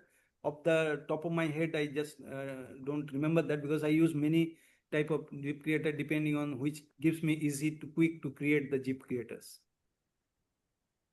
Okay, sir. I think Deepa Mahendran has got her answer for this. Any questions? Okay. Participants, any questions? Sandeep sir, good evening.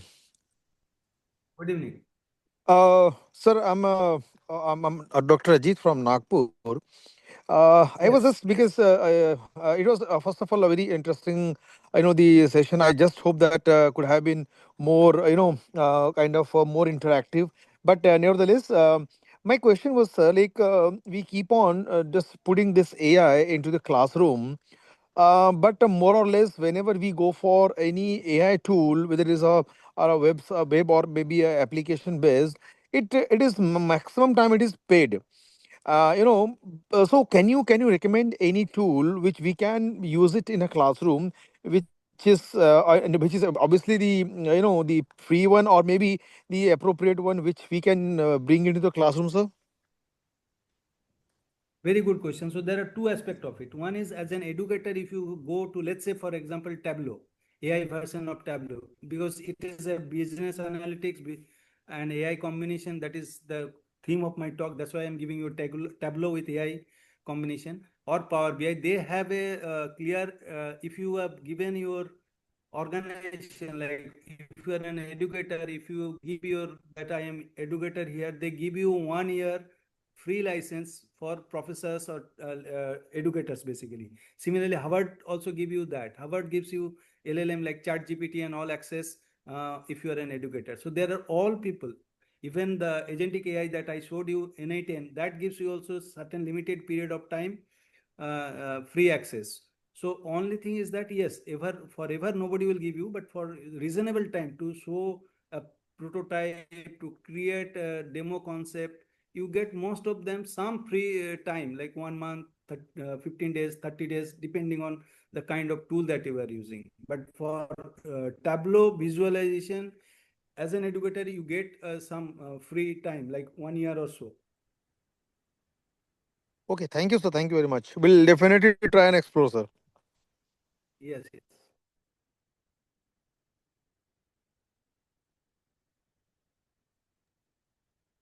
Any other question?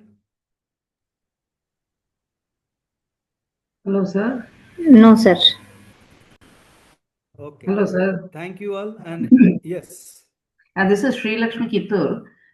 Sir, you mentioned the tool which you used to make this PPT. I didn't get that, sir. Can you please repeat that? And see, PPT is a simple Microsoft PowerPoint presentation. The animation part that you see, that I use generally a GIF creator, GIF. So if you go to any of the GIF. GIF. Okay, okay. Yes, sir. Yes, sir. These are the GIF files. So you go any of these GIF creator, they ask you the scenarios and give the scenarios, it create for you. Okay, okay. Thank you so much, sir, for the pen. Yes, sir. Yes, sir. Yes. Any other question? Thank you, sir. Thank you. Thank you. Welcome.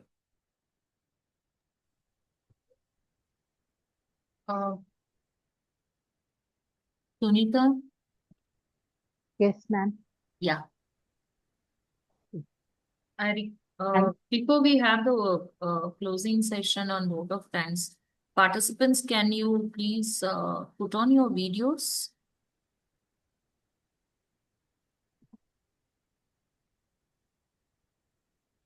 It's late night, ma'am. May not be okay. We need to take a photo, sir. So I'll just take a snip of it.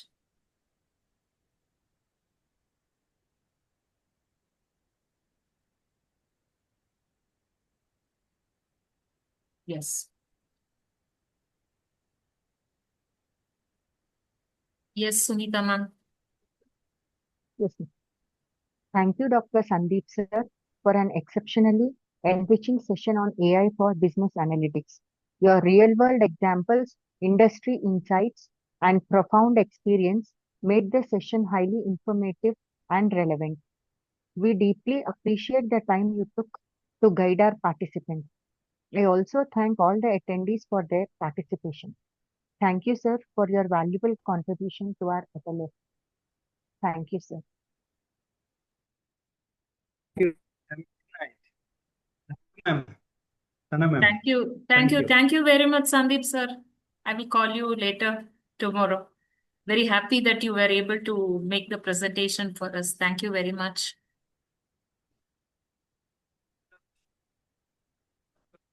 Participants, the link is there. The feedback link is there on your chat. Please fill it up. Okay then, ma'am. Thank you. Have a good night. Good night, sir. Thank you, sir. Good night, sir. Rita, ma'am.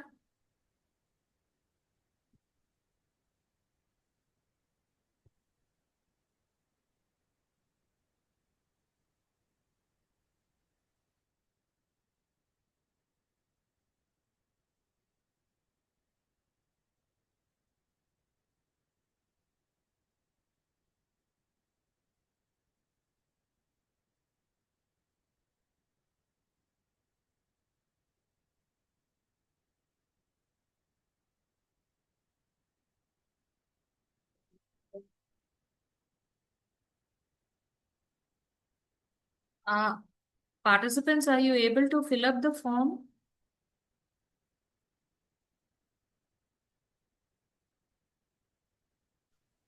Yes, ma'am, we are able to fill the form. Okay, ma'am, because someone has mentioned. Yes, ma'am. Okay.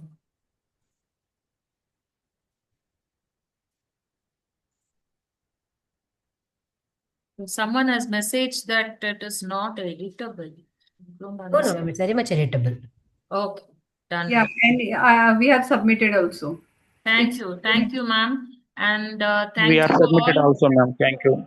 Yeah, thank you for your patience. I know today was a little longer because we had a very renowned person as our, chief guest. So it went a little later. I really appreciate all your patience towards the session today.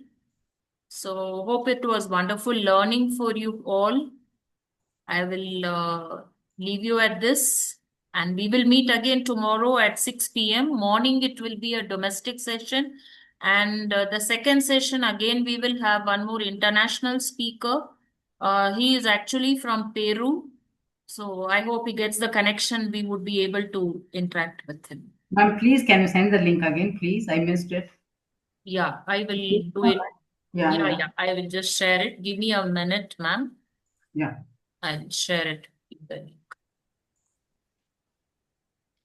Yeah, Thank you, Sapna, ma'am.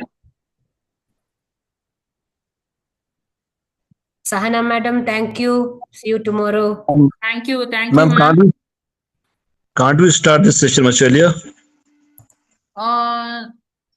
So I think the ATAL has told us to start it by 6 o'clock only, sir. The timing what ATAL has given us is 6 to 9. That's right, but at least it should have been conveyed us much earlier at the time of the registration. Time of registration, I have already put it up, sir. No. You have put that once we submitted our NOC, it would have been better to get the information about the timing at that time. I think it's mentioned in the brochure. It is mentioned in the brochure, and you could download even the schedule from the ATAL portal, which gives everything, sir. Yes. And also all the ATAL programs will be 6 to 9 only. We need to manage it. That's it. Yeah. So that's I the have- timing given by ATAL, sir. I'm not. 6 to 9 is correct. Ideal time, madam. After the work, we can completely dedicate and then do it. Yeah, sir. No, it's fine. My only concern is that it's touching a lot. No, it is That's not why. question about stretching. One day we Otherwise, it's fine. Timing is good, but the point is, it must have been concluded at 9:30, but it's around 10. just half an hour. That is my only concern. Yeah, because we had a Technical little problems. extension with the first session with the Today it was little extended, sir. I do understand. I thank you for your patience on this. I hope it should not happen tomorrow. Because But if since we have we seen, have, no, we do ma'am, have an if we have international seen, speaker, so we need I to understand, but if little we have seen a lot of requests, lot of message in the chat box that it's too late and other stuff. That's why. Thank you very much, sir. Thank you.